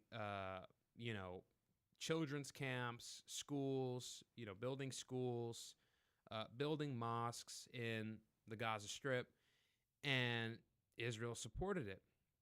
Now, the thing is, Israel at the time knew Ahmad Yassin was a radical fundamentalist Muslim. They knew that this guy was cut from the same cloth as the Muslim Brotherhood and their ilk. And eventually, the charity that, I forgot the specific name of it, but the charity that Hamas was before it became what we know of it, how we view it today, the Hamas that we know today, the terror organization, it transitioned into that later in the 80s. And the reason why that happened, the reason there was that transition, was because at these mosques that this guy, this Ahmad Yassin, at the mosques that he was building in the Gaza Strip with the money that he was getting from Israel, he was talking about destroying the state of Israel at these mosques. And they knew about it. They knew he was saying these things. They knew the kinds of lectures that he was giving. And in 1983, the IDF raided his mosques in the Gaza Strip, and they found a huge stockpile and weapons depots in various mosques that he had across the Gaza Strip. They arrested him in 1983, they jailed him, and then during the Jabril Agreement in 1985, they released him along with thousands of other Palestinians in return for like 3 IDF soldiers that were captured, I think by the PLO. So the fact of the matter is, and the reason, by the way, why they supported Hamas before PLO was to divide and conquer. It was to play these two groups of people off of one another. And it's the same reason why Israel supported Iran during the Iran-Iraq War. It was called the periphery strategy, where to kind of defend themselves from the threats that they were facing in the interior of the Middle East, like the Arab states, and Egypt and different countries in Africa that they bordered. They supported Ethiopia, right? They supported Iran as a means of containing Iraq. To pretend as if Israel hasn't been incredibly strategically savvy in dividing and conquering the Middle East and sabotaging different actors in the Middle East is just living in a delusion. And until you wake up from that fog, until you wake up from that, that have that veil lifted from over your eyes, you're not going to be able to actually analyze what Israel does honestly and critically. You're going to miss a lot of the important context. Still has an interest in what they call creating statelets. They don't want big, powerful regimes like Nasser's Egypt, like the Assad dynasty in Syria, like Gaddafi in Libya. They want small, manageable fiefdoms where they're going to dismember Libya into like 3 countries, dismember Syria into Druze, Alawite, and Sunni, dismember Iraq into Shiite, Kurdish, and Sunni. Yep. They want to do the same thing to Iran. And that is because... And this is why Israel has historically backed Kurdish separatists. This is why they've backed, Sunni fundamentalist groups like Al-Qaeda in Syria to fight against Iranian forces. They've backed terror groups. They've backed, jihadis in the past as well. So, like I said, they've contributed to this divide and conquer. We're not just going to act like they're innocent bystanders in this whole conflict. That's just not true. And I agree with you. Israel wants to be safe, but you characterize Israel as small and fledgling and just trying to hold on to their land. They're the only nuclear power, the most sophisticated, most powerful military and intelligence operation in the Middle East, as evidenced by this very one-sided conflict. And what they want to be safe is regional hegemony. In order to be safe from all threats, they want to make it so that there are no threats. That's why the road to Israeli safety and their right to exist runs through regime change, destabilization, and civil war. And so I'm saying, look, that's probably in their best interest, but it's not in ours. And so that's why I agree with Trump. We should pursue diplomacy with Iran and try to get them to give up their nuclear program with limitations and restrictions without regime change, which is unpredictable and has negative effects for us. Israel wants the regime change, and they want us to pick up the pieces and clean up after them, just as we did in all these other countries. And we deal with the terrorism and the hatred, and we deal with the high gas prices and all the rest of it. So that's the America First position. Restrain Israel. Well, from Israel deals with change, the terrorism restrict too, Iran's nuclear and the program. hatred. You can use maximum pressure and Reagan doctrine to do it. I'm fine with that. But I think diplomacy is preferable, and that's in our interest to try it. That's my position. Okay, so I want to go back to Dinesh here, and we're approaching 15 minutes of this. This is amazing, guys. Stay as long as you want. I also want to get to questions from X, and I'll just say, because I'm not trying to throw this either way, I have complex views. I know it's all nuanced. I think both of you are making great points, and I'm public about that. I don't want to blow up Israel, and I also, and I don't like the mullahs, but I don't want to have war with Iran. I know most of the people don't even like it. My issue is, we saw Netanyahu strike them first and drag us in. And look, I know that they're proxies. Iran's been striking them in Lebanon and in the West Bank and Gaza and with the Houthis. And I mean, nobody can say who started it first, okay? And Iran, does make all these statements, rhetorical. We're going to drive you in the ocean, the Houthis are blow you up, all the independent. rest of it. Okay, so my larger, sure, Dinesh, I'm going to go to you. I've been pretty good here. I just want to, and I got some questions coming up here very soon for both of you, and then we're going to go to questions. But honing in, because both of you guys are very smart, and I'd like to hear, not even, I mean, it's a debate, but also a discussion. What do you think's about to happen? I know, Dinesh, you have amazing context. Trump today says twice at Alligator Alcatraz that oh, we got a deal Monday. You're going to love it. And Netanyahu's coming and all this. And usually Trump doesn't just bluff. That sounds really good. Then you have the mullahs putting out a very rare fatwa against Trump and Netanyahu on Sunday. So just in general, looking at that, but I will just say, Israel initiating the latest round and us coming into it a week into it, and then all of that, and then I could predict the media was going to say he didn't take out the sites. Clearly the sites were highly damaged or obliterated. But then did they hide fissile material? Then the mullahs Oh my God, go okay. all the way to Come on. for me. So our ministers, this just each other. Jesus Christ. Anchoring. But then where do you see this going next? Can this be de-escalated? What are the paths out of this? Dinesh D'Souza. Yeah, the reason I keep anchoring our discussion, not just in history, but kind of in the facts on the ground, is because it's hard No, to have you a have debate not. when the facts are really No, you have fuzzy, not. right? So you mentioned Alex. He says he's been basing it on facts on the ground. He's talking about how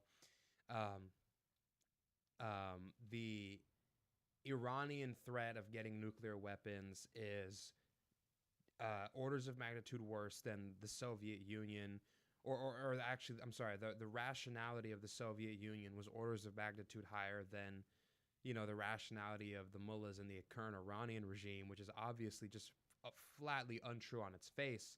If you consider the fact that from 2015 to 2018, Iran never violated any of the guidelines in the JCPOA. So that's already just untrue. You have the fact that he's talking about Islam being and global caliphate and jihad and this desire to take over the entire world. It's like, yeah, on some level that's true, but like you have to think about the practical steps towards getting there.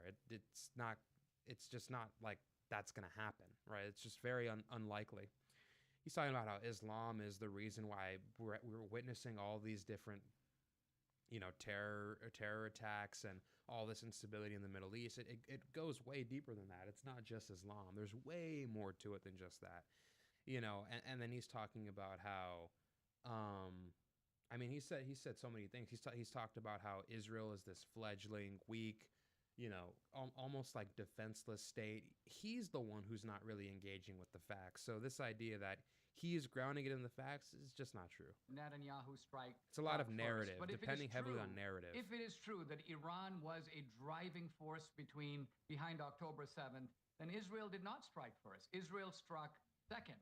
Second of all, let's remember a lot of times, I mean, if we go back in history not very far, you know, Hitler attacks Poland and Great Britain declares war on Germany.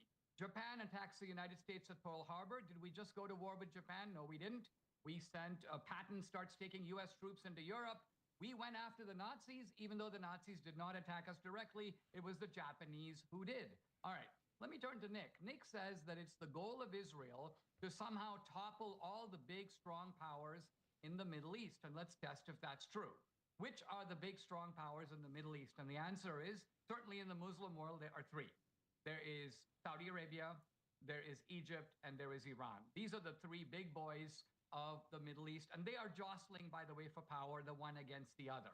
Israel has excellent relations with two out of the three. Now, the only reason Israel doesn't have excellent relations with Iran is Iran continues to not only plot and scheme, but openly declare and fund military forces, Hezbollah, also Hamas, that are aimed ultimately at eradicating Israel from the map. That's the meaning of from the river to the sea. So Israel is willing to get along with powerful forces in the region. It's made friends with some of them. It gave back land to Egypt. It's on good terms with Saudi Arabia.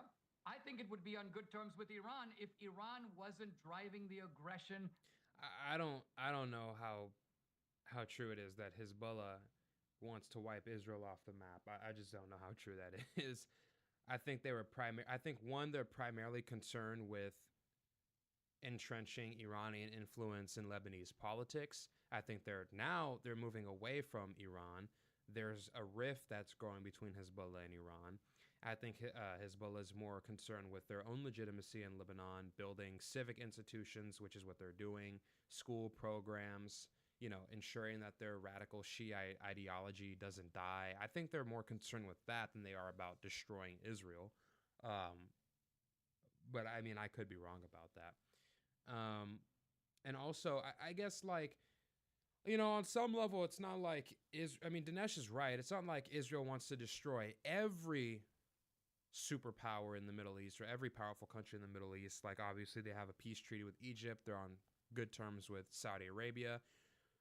But it is true on some level that they do want to destroy every single country that does pose a threat to them. That is true.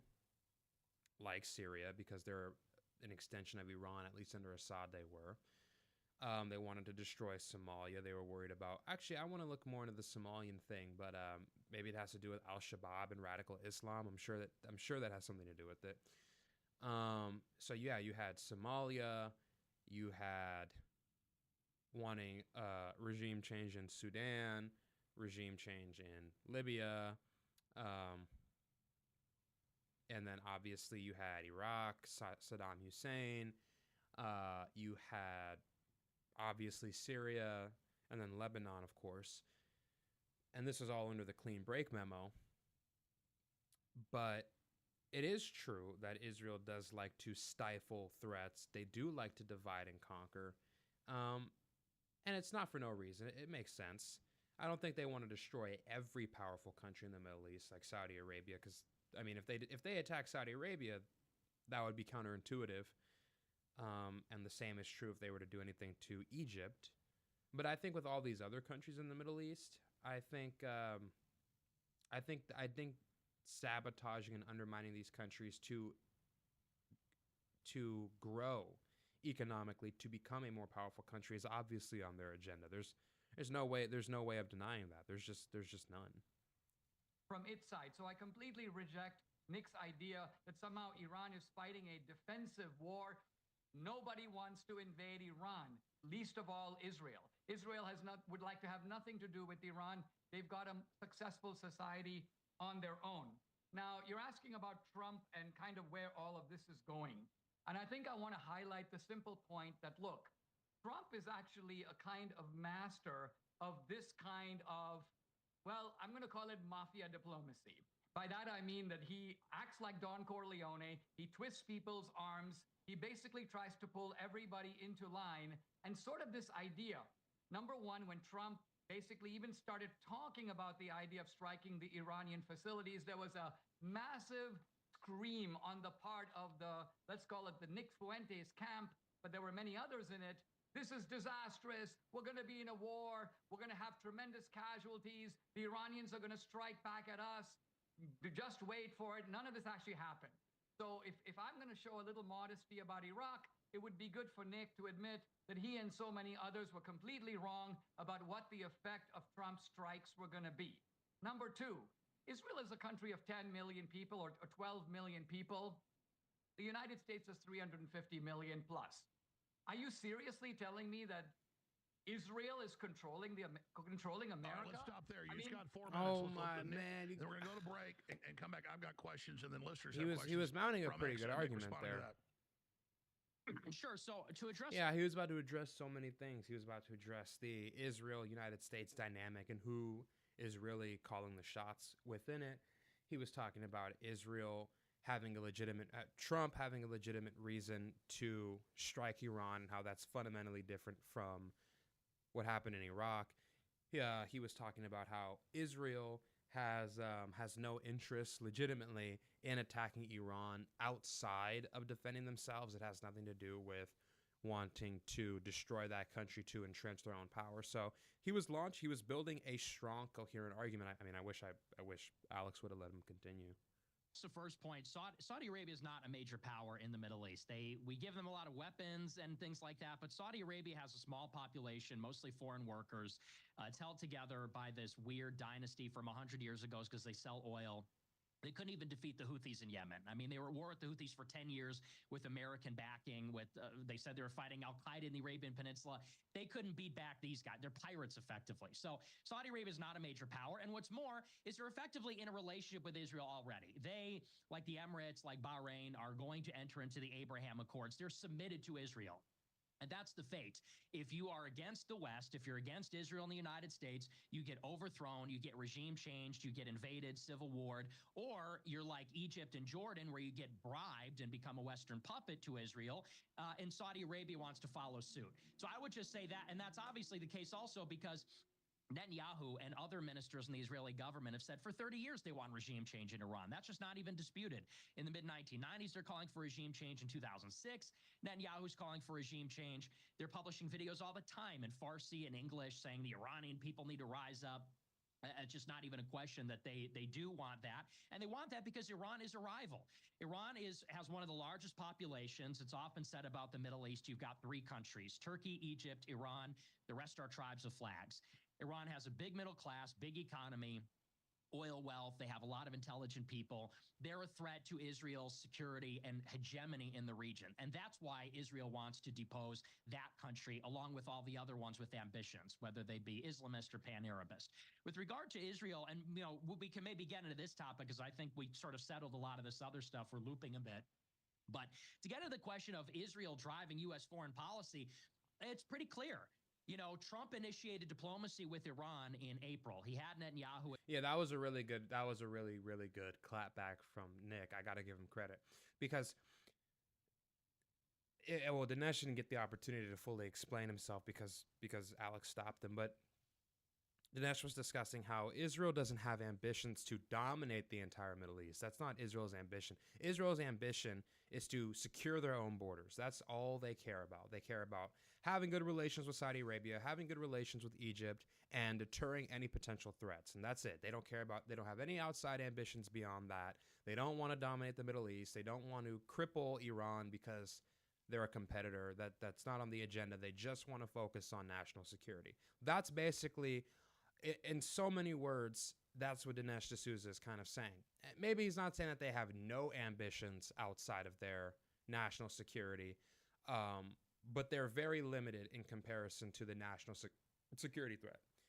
And what Nick is saying, this is a very powerful counterpunch on Nick's part here. What Nick is basically saying is that this is false, right? First off, Saudi Arabia is not a major superpower. They can't really challenge Israel because they're not really a unified country for the reasons that he basically laid out. He said Turkey, Iran, and Egypt are the only real countries that have, robust economies, a real identity, real history, real middle class, relatively stable governments, right? And every other country, Saudi Arabia included, every other country in the Middle East, they're basically just tribes with flags, right? Which, I don't necessarily agree with. Look at Qatar, look at the UAE. Those countries are stable. Look at Oman. Oman is a stable country, arguably the most stable country in the Middle East. So I don't entirely agree with that analysis, but it's true to some extent at least. And what he's basically saying is the reason why Israel wants to cripple Iran is because they do have large ambitions outside of just their own national security. This does have to do with, trade, IMEC corridor, East Med pipeline, liquid natural gas exports, becoming a hub for trade that goes from Asia and Central Asia and South Asia all the way through, the Middle East to the port of Haifa and then to Europe. And he's saying that, becoming a major player in the Middle East as far as energy is concerned, as far as trade is concerned, and bypassing Iran, in order to do that, they'd have to cripple and weaken that country first if they really wanted to guarantee that, which, I don't know to what degree Israel is interested in doing that, to what degree that is a part of their ambition or that's a part of their, foreign policy agenda, their geopolitical agenda. But I'm sure it's there to some degree, right? And I think Nick is building the logic for that here. He's building the argument for that. With the White House for talks about the tariffs, and he announced that he was going to engage Iran in negotiations over the nuclear program. That same day, Netanyahu went on TV and said the only deal we will accept is if we get to blow up Iran's nuclear program and if they follow the Libya model. The Libya model is where Libya gave up their nukes with inspections and then we regime changed them 8 years later. Yeah, so this is really good because Nick is citing specific examples. He's citing Netanyahu going on national television and outright saying he wants Iran to be destroyed. He wants them to follow the Libya model, which basically guarantees that this is not just about national security. It's not just about peace. It's about breaking that country apart and turning that country into Libya. And if anybody knows anything about Libya, it's a shit show right now. There's Russian influence there through the Wagner Group, which I think is called the African Group now, funnily enough. Through the Wagner Group, through Russia, you have Turkish influence there. You have all kinds of militias there. You have tribal warlords there. You have ex-regime, ex-Gaddafi regime defectors still living there. You have jihadists living there. You have ISIS cutouts living there, Al-Qaeda cutouts living there and operating there. You have slave trades and human trafficking in Tripoli. I mean, it's a war zone, obviously. Country's completely divided. You have one country that's backed by Russia. You have one country that's backed by Turkey. One country is recognized by the UN. One government is recognized by the UN. One government is not. And of course, there's arms trafficking. There's blood diamond trafficking. Obviously terrible things are happening there. The country is a failed state now. And Israel going on national television, or at least Benjamin Netanyahu going on national television and outright saying he wants Iran to follow the Libya model, basically completely negates what Dinesh was saying earlier about Israel being a fledgling state. Just completely negates it. And that was obviously a poison pill to blow up the talks. They've said repeatedly, just last week, the defense minister came out and said, we are pursuing decapitation of the supreme leader. And when asked, did you get permission from the United States? He said, we don't need permission on such matters. And I believe, of course, you absolutely do. I wish it was as you're describing, where we are in control of Israel and they're our client. This has never been the case. Israel was the driving force behind the road to the war in Iraq. They're the driving force behind the road to the war in Iran. And the question of, and this is the last thing, just briefly, was I wrong about the strikes in Iran? We're not in a war in Iran. Of course we're in a war in Iran. Trump killed Soleimani in 2020. He comes back into office and picks up where he left off. Israel attacks Iran, and then we bomb Fordo. And this is going to be the case in the future. Iran says they're not giving up enrichment. The United States says you have to have 0% enrichment. It's setting the stage for more strikes. We've been in a state of hostilities. Okay. Nick Fuentes, stay right there.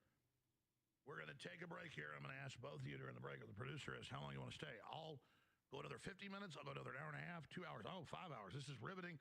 And I think this is a really very professional, intellectual debate. This is not people trying to make points for the other person. They're both very knowledgeable.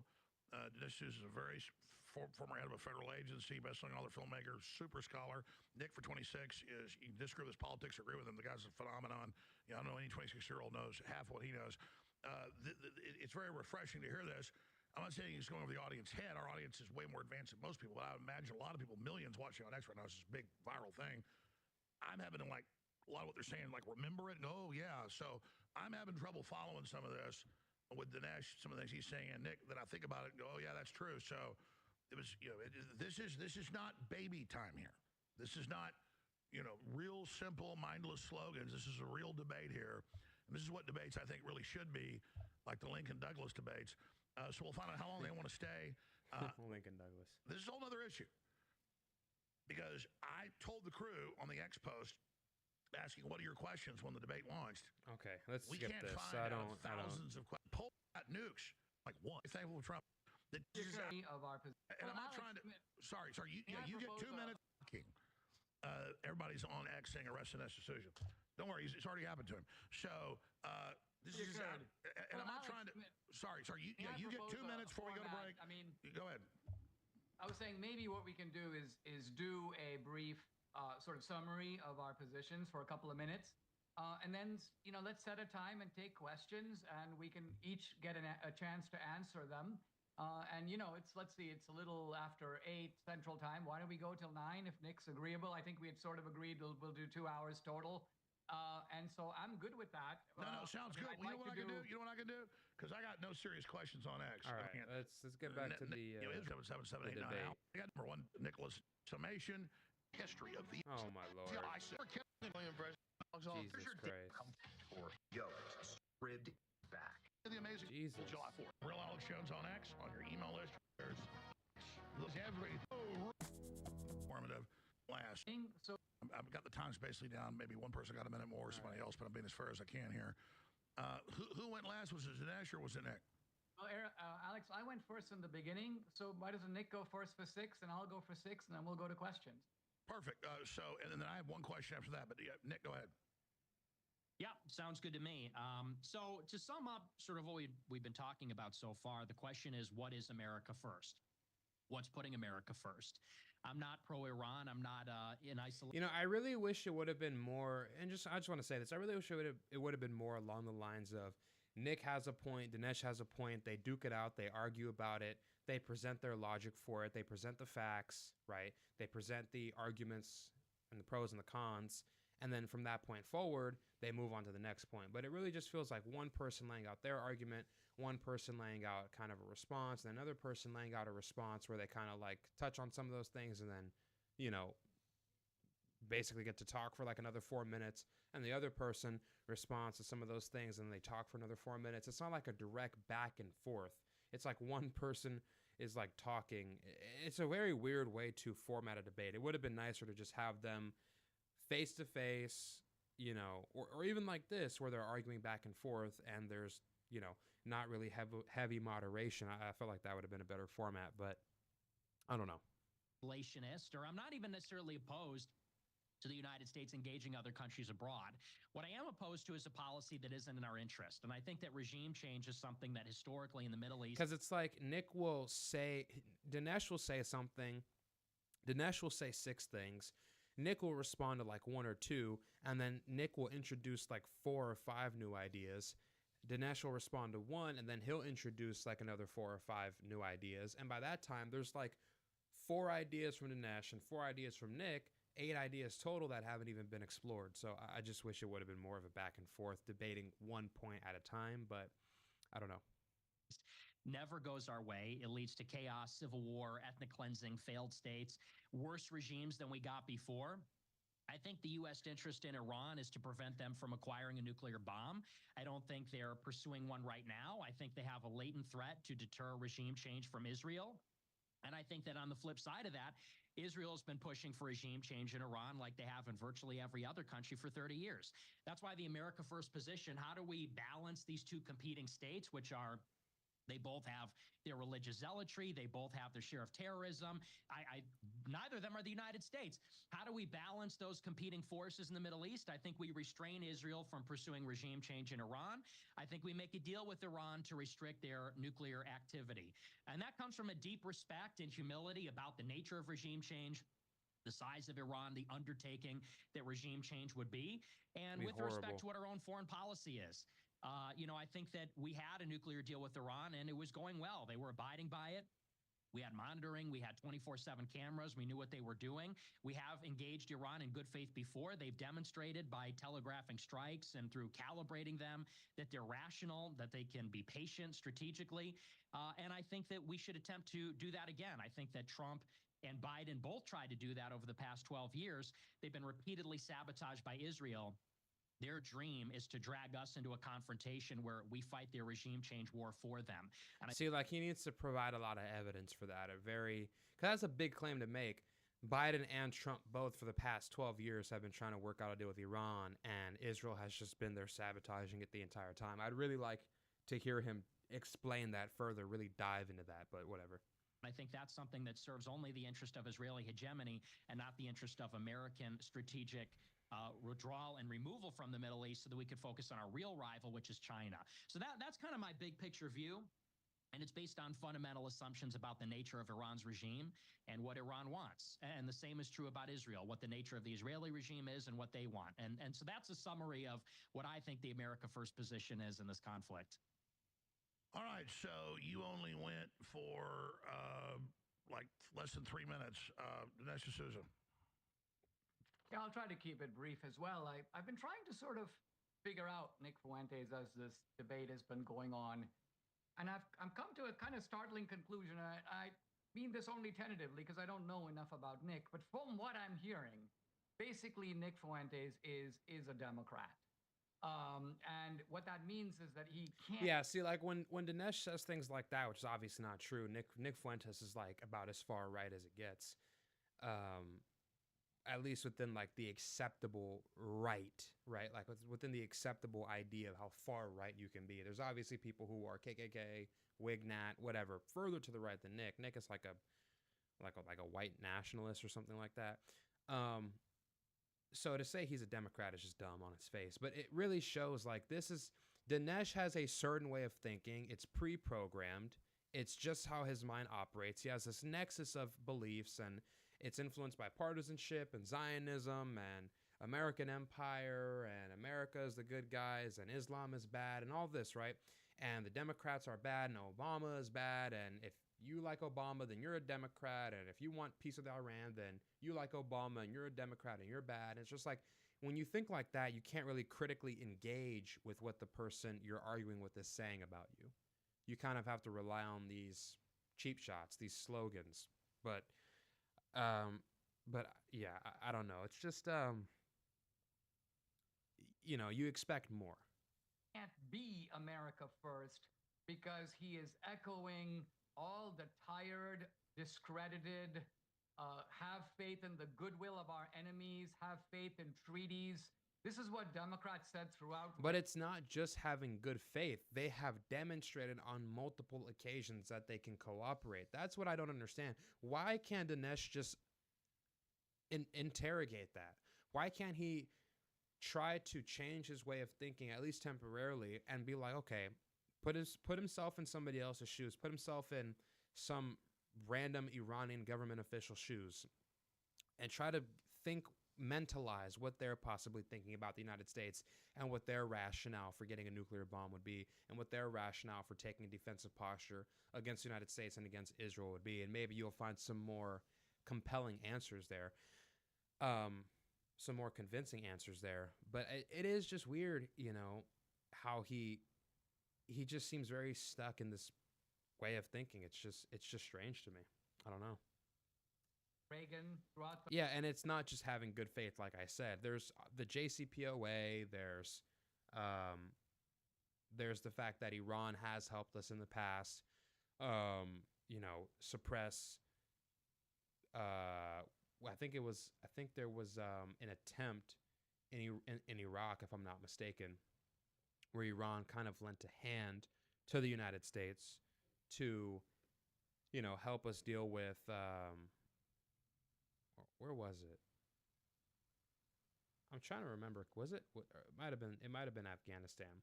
Scrap that. Forget I said anything. It's slipping my mind. But you also have the fact that recently Iran has more or less kind of cut ties with many of their ex proxies. I mean, Hamas is a good example. They stopped doing public parades for dead Hamas commanders. They're not doing those martyrdom parades for them anymore. They stopped smuggling weapons into the Gaza Strip. They stopped trafficking weapons into Iraq for these different militias that operate there. They have stopped sending precision guidance kits to Hezbollah in Lebanon, and they've slashed funding for Lebanon, for their civic institutions, for their fighters' salaries. They've withdrawn Quds Force advisors from various countries in the Middle East. I mean, they're a rational state. They're logical, and they've joined, they've joined the BRICS coalition. They've joined the Shanghai Cooperation Organization. I mean, to say that these people aren't rational people, that they want to just destroy the whole world and wash it in blood, but they're joining like trade blocks with like Russia and China and like Saudi Arabia. I just don't get that. He can't think beyond these just talking points, which is very sad. The Cold War. Let's trust the Russians. They're trustworthy. They want peace too, don't they? And now, we have Nick and he's like, we had a deal. Well, it was Obama's deal, remember? You think Obama was a good guy? You think Obama? Oh, it was, I think Iran was willing to help Obama fight ISIS in Syria, if I'm not mistaken. That's what it was. It wasn't Bush. It was Obama. He was willing to help Obama fight ISIS, I think in Iraq and Syria. Was America you first? Can double check that. What do you think Obama was up to? America last. Obama's idea was I know he's talking about Obama and undermine our friends. Why do you think he got Like rid of him? Obama's, I know Obama is always like a big talking point. Obama's foreign policy was obviously horrible for so many reasons. His foreign policy in Syria was horrible. It was a disaster.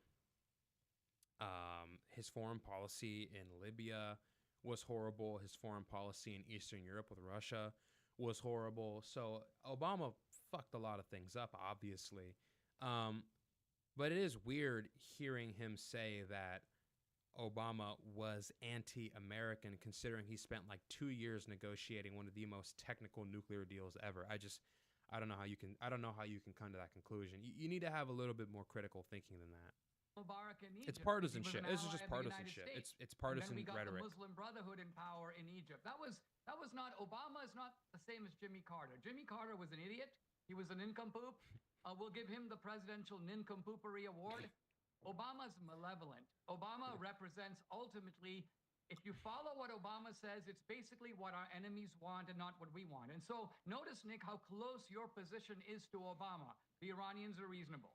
The Iranians don't have any imperialistic ambitions. They don't have any real ill will toward Israel. Their militarization is purely defensive. We can make a peaceful deal with them. The only thing you didn't say is we should give them a whole bunch of money. I guess that's your one difference with Obama, is you wouldn't give them the pallets of cash that Obama turned over, but otherwise, you're saying pretty much the same thing. Now, here's what I'm saying, which is the opposite. In the world, America has allies, and we have enemies. Yeah, he just has such a Our simplistic enemies, way our of viewing the rivals, world. our It's very adversaries, weird. They wish us ill. They would do regime change over here if they could. And who are some of those people? Well, China, to some degree, Russia, certainly Iran. And so, if you read Clausewitz, Sun Tzu, Machiavelli, the whole idea is you want to weaken your enemies and strengthen your friends. That's what America First means. It means promoting American interests in the world. And you seem to be promoting the opposite. You seem to be saying, well, enemies aren't that bad, and our friends aren't our real friends. Why don't we put some pressure on our friends, and why don't we Because trust this is such an overly simplistic way of viewing it. It isn't just Israel is our friend. Israel has their own foreign policy. They have their own ambitions. They have their own goals and objectives. And if it means throwing us under the bus to accomplish them, then they'll do it. I don't understand what's so difficult to understand about this. Like he has such a weird, rigid way of looking at the world. I don't know. I didn't know this Dinesh was this like simplistic. our enemies more? This is basically straight out the logic of the Democratic Party. It's been disproven time and time again. And I think you're wrongly drawing lessons from the Iraq War that are basically turning you into a 26-year-old Obama. Okay, so I said 6-minute closing comments, but Nick went less than 3. You just went less than 3. So let's keep going here. Nick, I'm sure you want to respond to that. Yeah, I didn't really expect where you were going with that, but in retrospect, I should have. When you said this is tentative, and I just met you, I thought maybe it was going to be positive, but I should have known it was going to be he's a Democrat. It's just a very strange thing that the moral universe you live in seems to be based on partisanship. It's Republicans and Democrats, like the KKK, the Nazis, Iran, like every ideology that's against like America and Israel's interests can be kind of molded into this like Democrat Party narrative. The thing is about Democrats and Republicans, I don't think there's a big difference. We have the same national security apparatus. Obama had the same defense secretary as Bush. And we maintained very much a similar foreign policy under Obama that we did under Bush. And then again under Trump, Biden, and then Trump again. I think we have a deep state, the Pentagon, CENTCOM, National Security Council, the Directorate of National Intelligence, the IC.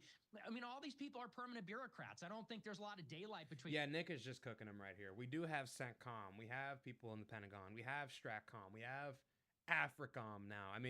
There is a permanent government. There is a deep state. There is a foreign policy, national security regime that has its own interests. There is a military-industrial complex that influences the Democratic and the Republican Party in identical or very similar ways, and in ways that influence their foreign policy. There's just no getting around that. And to just boil it down to this is how Democrats operate, this is how Republicans operate, it's just foolish.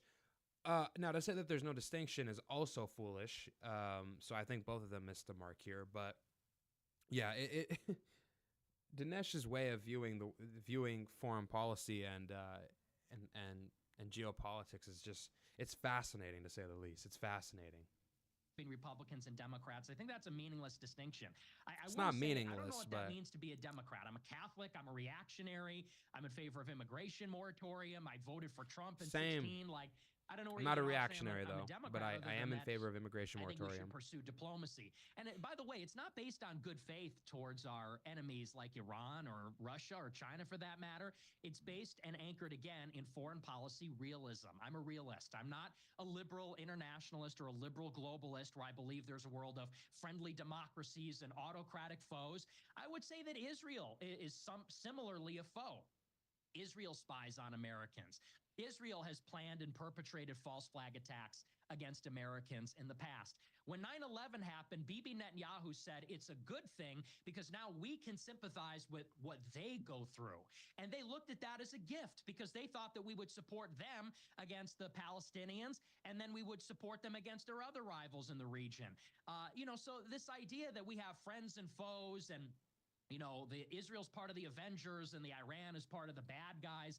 I think this is just juvenile and childish. Yeah. I've been like saying that for the Fox past News, hour. This kind of stuff about, okay, since No, we let went him off the finish. debate forum, which is Shit. fine. Dinesh, counter that. Yeah, no, but he's right though. It's like you can't put Israel into one box or the other. Israel's on our side or they're not on our side. Israel is on our side when it benefits them, and then they're willing to sabotage us when it benefits them. It's really that simple. It's like there has been times, and I've said this before, but there's been times at multiple different points in history where Israel has sold our military equipment, our military technology to China, and everybody knows what China does with people's military equipment. The CCP goes into some random building. They go to the corner office. They have a floppy disk or a flash drive or hard drive. They plug it into the computer, download all the data, or they take the blueprints or whatever, and they make sure that all the technology that is available at anything that can be found at anything in the private sector, that can be found in the military industrial sector, that the government has blueprints, has all the software, all the hardware, all the codes for all that stuff, so that they always have the ability to reverse engineer it to make it better. And the fact that our greatest ally sold our military equipment to China in exchange for money or in exchange for some other kind of political favor tells you everything you need to know. And that's just one example. You have the fact that we've pre-positioned military weapons in Israel, and even though we told them not to use it to attack Lebanon, they went ahead and did it anyways. And obviously this is terrible for so many reasons, because all these pre-positioned military supplies that we put in Israel are for pre-designated United States military units. So when Israel takes those goods, when they take those military weapons and they invade their neighbors, they, kill people in Lebanon or whatever, or drive in there and occupy the territory for some prolonged period of time, that destabilizes the Middle East further, more than it already is now. But it puts the United States in a bad position where it's like we have to approve more money through Congress to increase the budget for pre-positioning military supplies in Israel that is for the United States in case of a regional outbreak, in case a war breaks out in the Middle East, and we need to just rapidly deploy troops there. If we get there, it creates a logistical error if Israel is using our weapons for our military units for their own operations, because then we're going to have to send all this shit across the Pacific Ocean or have it delivered for some aircraft carrier and then have it delivered to Israel, which just slows down our ability to get in the fight. So obviously that's one of the things that's happened. And obviously we do this and we tell them don't do this unless it's for defensive purposes, and then they use it to go fight against Hezbollah in Lebanon and they lose. And then of course you have other examples throughout the 80s. We say, don't bomb Iraq. They bomb Iraq. We say, don't invade Lebanon in 82. They invade Lebanon. We say, don't annex the Golan Heights in 81. They annex it anyways. We say, don't expand settlements in the West Bank. They expand settlements in the West Bank anyways. This is a country that has its own geopolitical interests. They have their own foreign policy interests. They have their own objectives. To say they're our friend is just dumb. They do what they want, and they do the things that benefit them, even if it puts us in a worse position. So this idea is just, you got to wake up. you got to stop believing that Israel is just a good guy all the time. They're not. And Dinesh seems to be under that spell. And back to Nick, brief response back. But I have a few questions for you that I want to go to. Yeah, I think Nick just. I just don't think Dinesh understands this. He just has a certain way of thinking. But yeah, Nick, obviously. I mean, I don't know if anybody else. Here's the thing, too, when it comes to debates. Everybody else looks at it differently because people have their own opinion. Me, I have my own opinions. Mine, in terms of the foreign policy world, probably land closer toward, at least in the Middle East, land closer towards Nick than they do with Dinesh. But I can obviously see the merit in both sides. But I think there's a lot of people who just don't have the ability to see how Israel is a net negative or a negative in any way for the United States. They've just been indoctrinated to believe that they're our greatest ally, regardless of the facts. So I don't know if people are hearing this and hearing what I'm hearing or seeing what I'm seeing. It seems like Nick is presenting, he's mounting a stronger argument here than Dinesh, but I don't know if anybody else is capable of recognizing that because they have their own opinions. Callers, and I want to go to comments on X, but Dinesh, anything back? Yeah, the polarization of the world is not the result of some sort of ideological fantasy. It's a simple reality. You can see it in the animal kingdom. If there are two strong animals that are in a herd, they will fight each other for leadership. If there are two powerful countries in the world, they will become rivals, and the small countries around them will basically take sides, and you will begin to see this kind of polarization. So survival of the fittest. It's not survival. It's a description of a power struggle that drives international relations, and you'll be very naive if you don't see that force is at the bottom of international politics. Now, domestically, American politics is divided generally into two camps. Now, I realize that Nick wants to say, oh, they're just the same. But just think of the stupidity of saying that, because if they're just the same, it would make no difference if Jimmy Carter or Ronald Reagan won the 1980 election. I honestly believe that if Reagan wasn't in power for 2 terms, the Soviet Union might not have collapsed. In a sense, Nick is saying he voted for Trump in 2016, but it didn't really matter. It wouldn't have mattered if Hillary was president because Hillary would have been pretty much the same as Trump. And similarly, Nick is saying now that he wouldn't mind, really, if Kamala Harris won the 2024 election, because after all, the country would be pretty much the same, because the two parties are a uniparty. And as to quote him, these are meaningless distinctions. Well, I think the whole idea of America First, of MAGA, of Trump is based on the idea that, look, yes, there are common forces. The intelligence agencies have been a malign influence in both parties. And there is a kind of drinking at the swamp establishment, and Republicans and Democrats are part of that. But nevertheless, there are distinctions that really matter. This country already in just a few months is very different than it would be if Kamala Harris. The border would not be secure. We wouldn't be looking at making these tax cuts permanent. We wouldn't be looking at 10,000 new border agents. And on it goes. We would be dealing with the trans phenomenon, would be shoved down our throats. Probably, Nick, you and Alex would still be thrown off social media. So the Trump phenomenon matters. Trump has made a difference. I'm not saying that Trump is not open to criticism. I'm not saying that MAGA means some kind of we all have to follow Trump like the Pied Piper. But what I am saying is that Trump has proven far more often to be right than wrong. And if I'm choosing between the foreign policy thank you. Brief comeback from Nick. I think I'm going to go with Trump. All right, I understand. Nick, quick comeback, and then I got a couple questions for you guys, and I want to go to questions from the audience. Yeah, I mean, as far as all of this is concerned, Trump and Biden and Kamala and all of that, I would say yes. I don't think it's even controversial at this point to say that there really is no distinction, especially when it concerns matter of foreign policy. I mean, Biden gave Israel $20 billion last year. When Israel was in peril, when Israel was fighting this war in Gaza and against the Houthis and Hezbollah, it was Biden last year in April that gave Israel $20 billion, which is a huge military aid package. And Biden showed up when Iran retaliated against Israel in April of last year, and then again in October of last year, and even earlier when Israel initiated these provocations earlier in July and in April of 24. It was Biden that deployed the carriers to protect Israel and shoot down all the incoming missiles from Iran and from Hezbollah and from the Houthis, and actually offensively bombed them.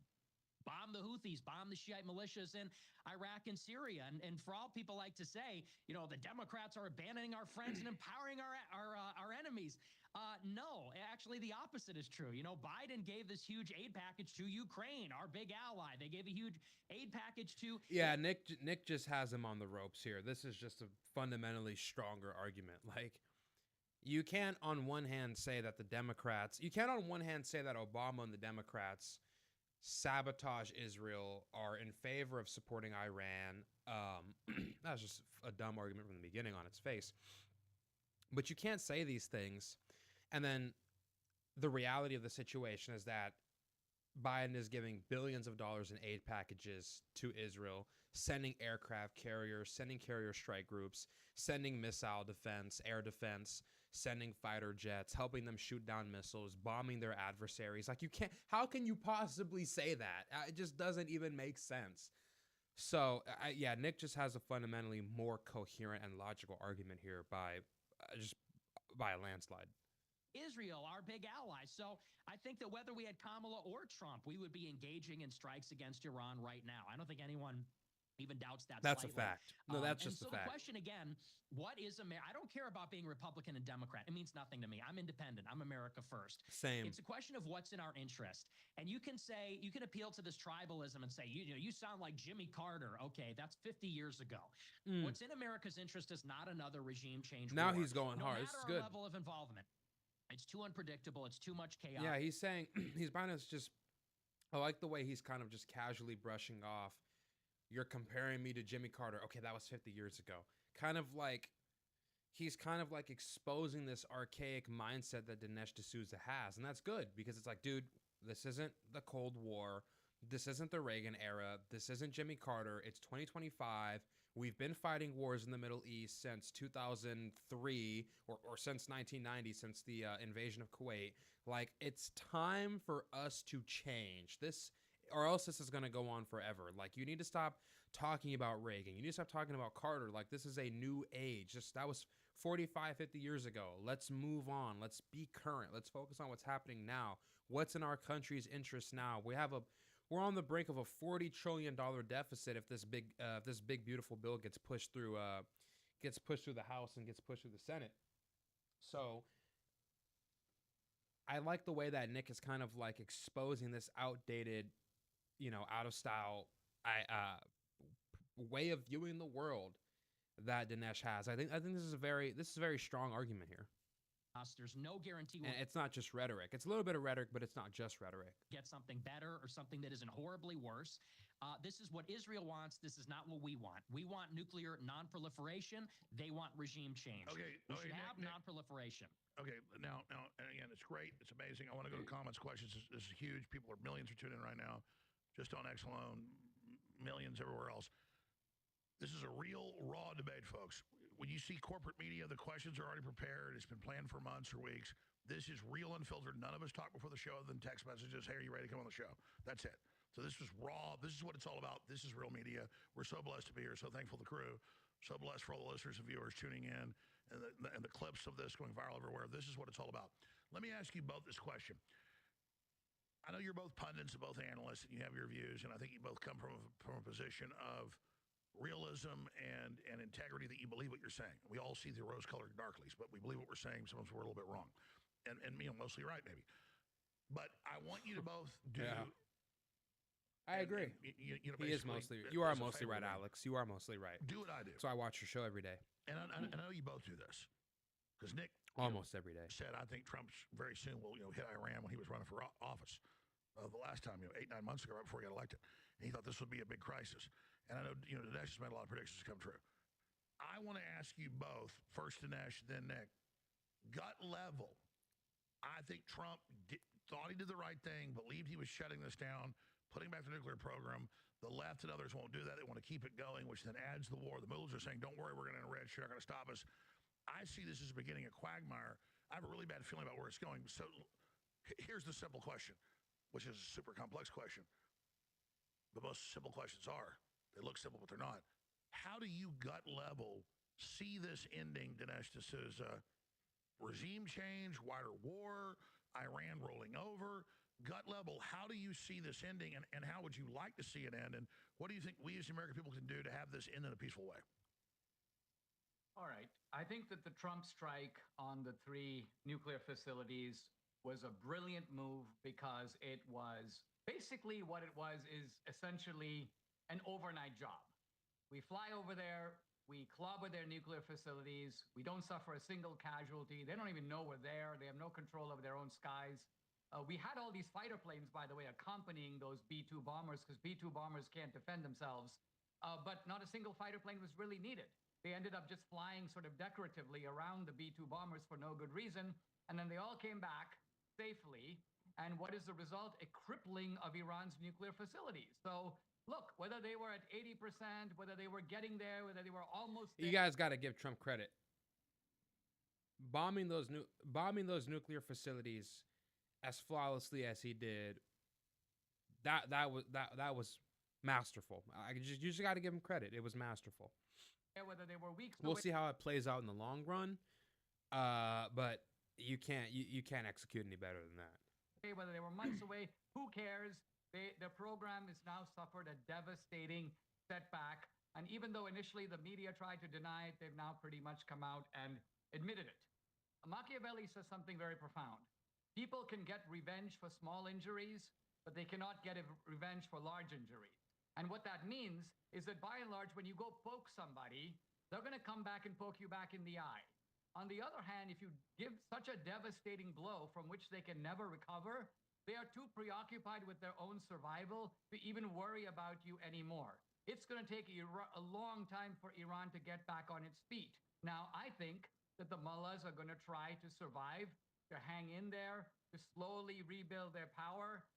And so this is actually the downside of striking and then leaving, in a sense, sort of snatching partial victory out of the jaws of total victory.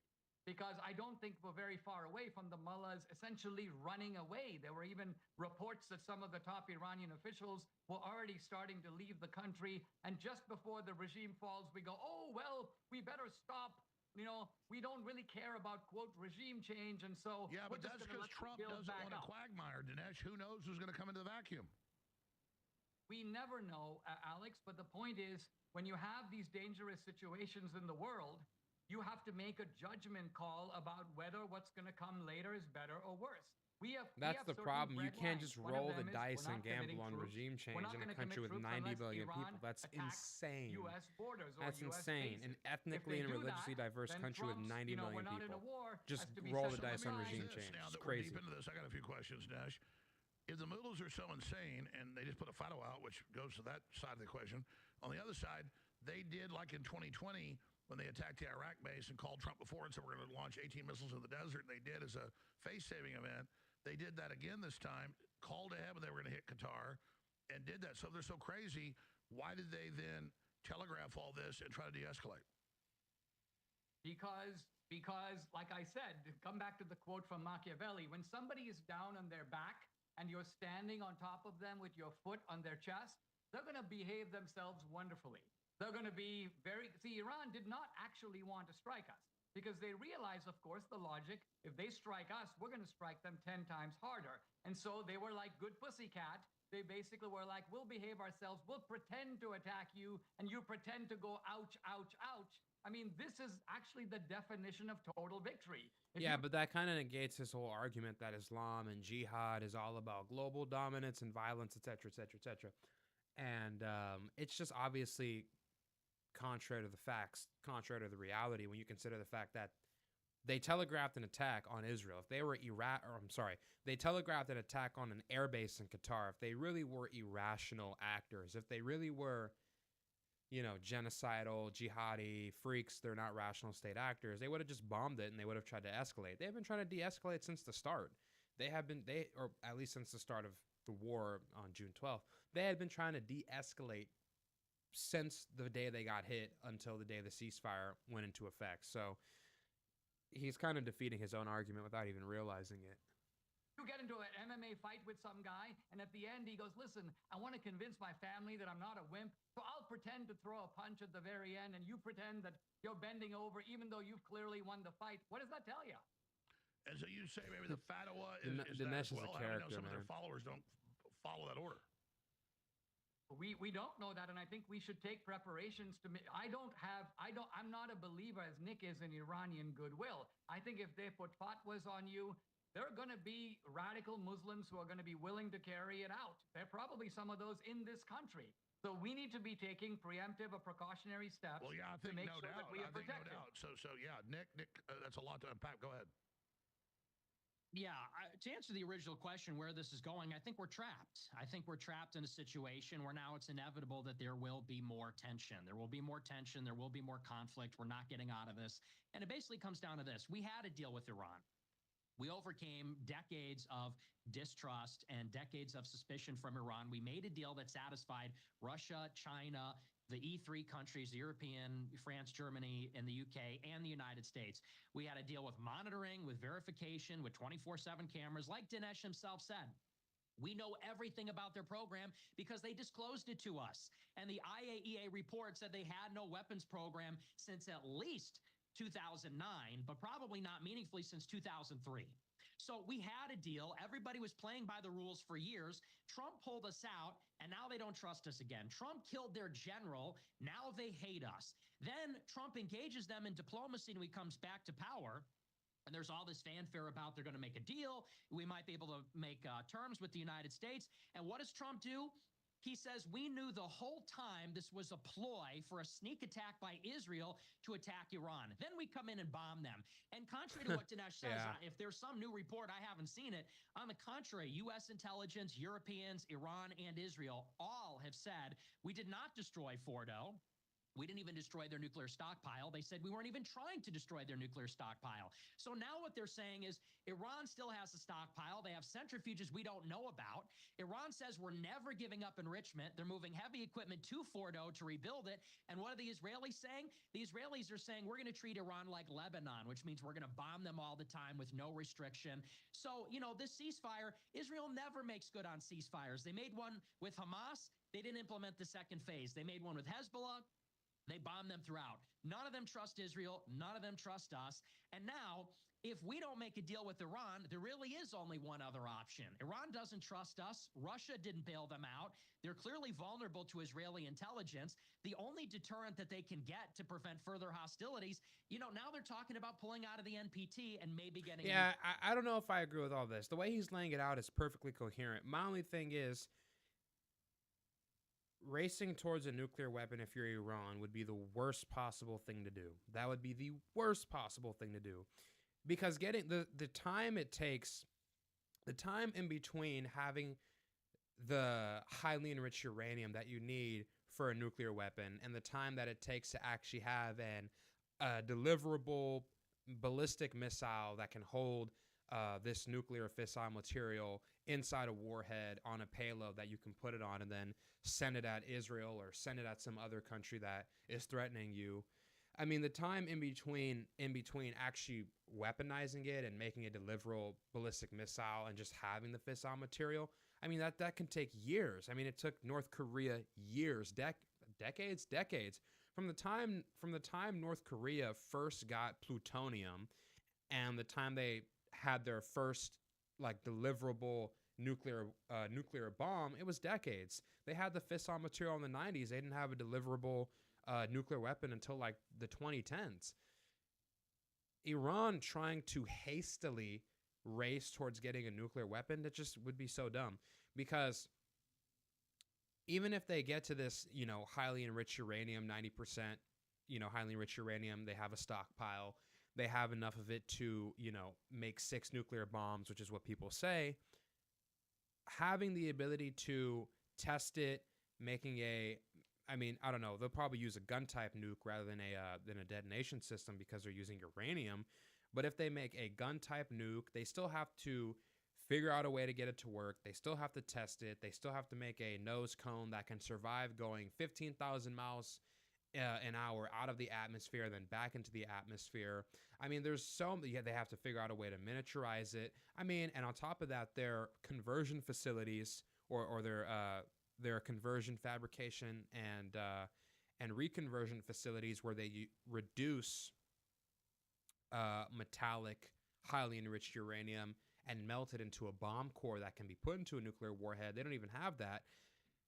Trying to race towards a nuclear weapon when you don't even have all the necessary materials, you don't have a ballistic missile, you don't have the ability to test it, you don't have the ability to melt that uranium into a bomb core to shape it.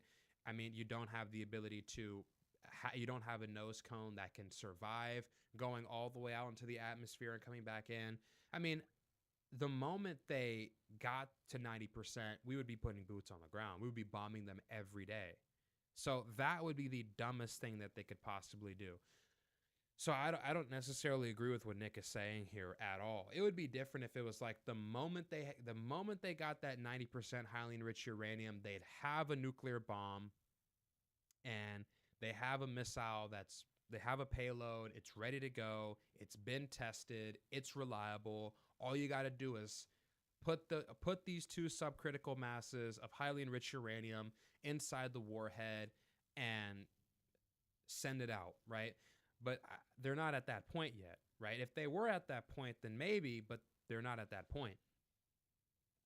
And even then, they don't have an intercontinental ballistic missile that can reach the United States. So we would be all over that. And Western Europe obviously would be all over that because they don't have a ballistic missile that can reach Western Europe either.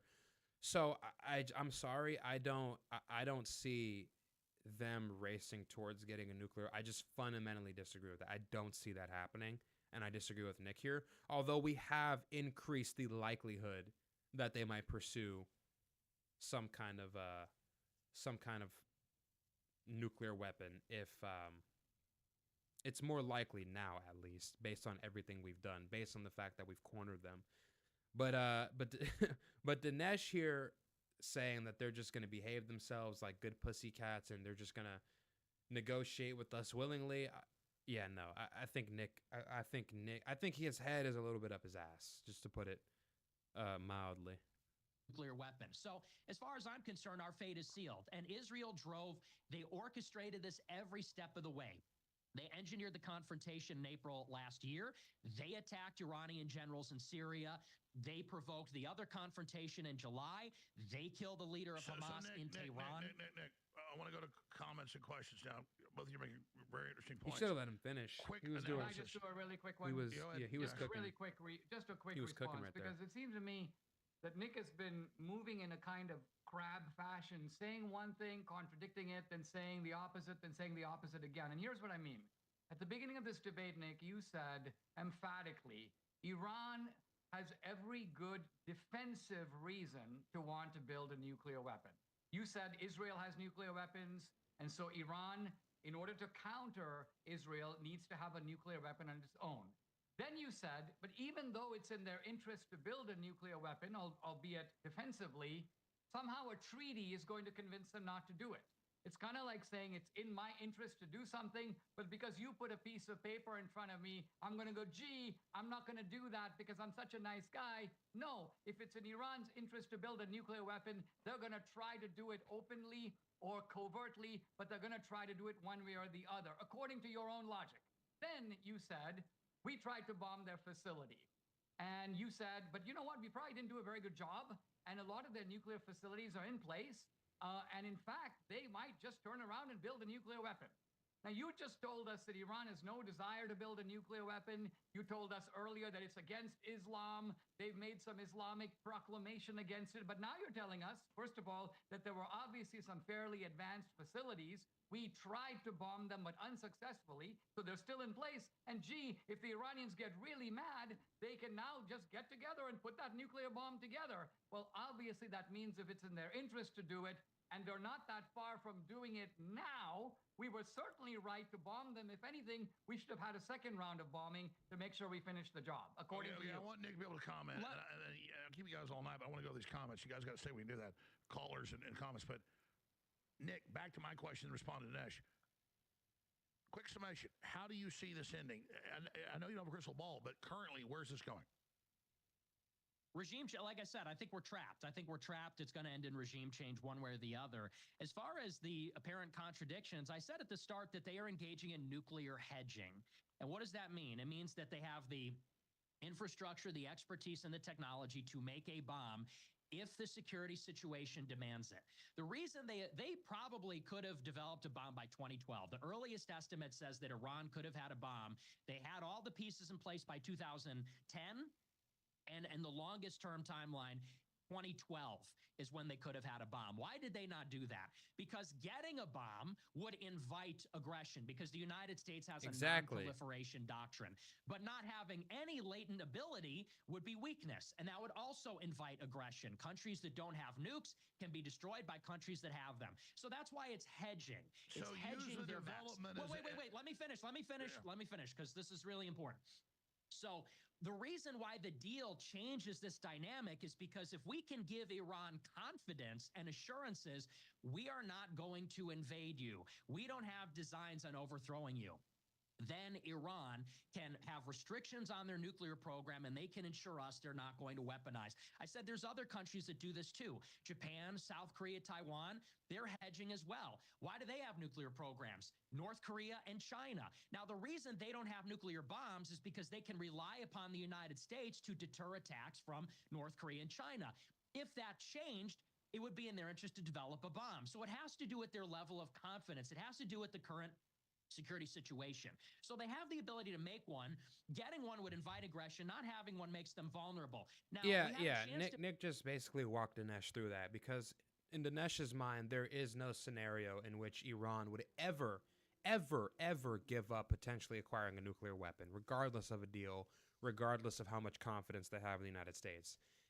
Nick is basically saying if we give them confidence, they won't try to acquire a nuclear weapon, because that will invite aggression from the United States, from Israel, from maybe other NATO members, which could threaten their regime.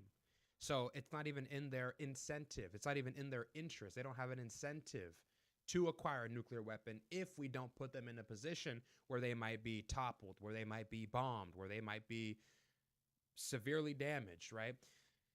Until we put them in a position where they're basically shoved into a corner and they have to act in that way, there's nothing to worry about.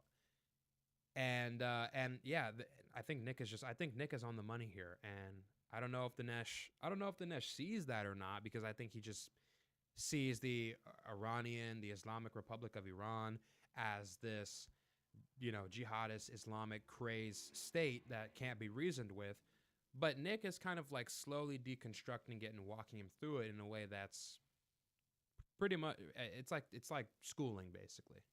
To make a deal that was based on mutual trust and assurances, we blew up that trust. That's why Iran started gradually increasing their stockpile of highly enriched uranium in reaction to cyber attacks, assassinations against their scientists, their generals, attacks against their nuclear plants. Last thing, super important. When we bombed Iran, that's their worst nightmare. So that's why now they might be contemplating, the breakout time is here. The security situation has changed. We need a nuke. We're imminently in danger of being overthrown. That's really important. I want to be clear. I've been very good for the last hour and 45 minutes. You guys are doing a great job, by the way. I agree with you, Nick. And the CIA came out months after I said this and said attacking them may accelerate them towards finishing their bomb with nuclear hedging. So let me ask Dinesh D'Souza that, and we got to go to these questions and comments. I'm going to make you guys stay. We have to do it. Bunch of callers, bunch of comments. What about that issue that this accelerates them into that? I think that is common sense, Dinesh. Yeah, but there is a little bit of unrealism to it. And some of the times, I think what happens is we get caught in this spider web of analytics. This is Iran's motive. They're hedging. They're, as if we're listening to some stock trade. I got a hedge here. It's very simple.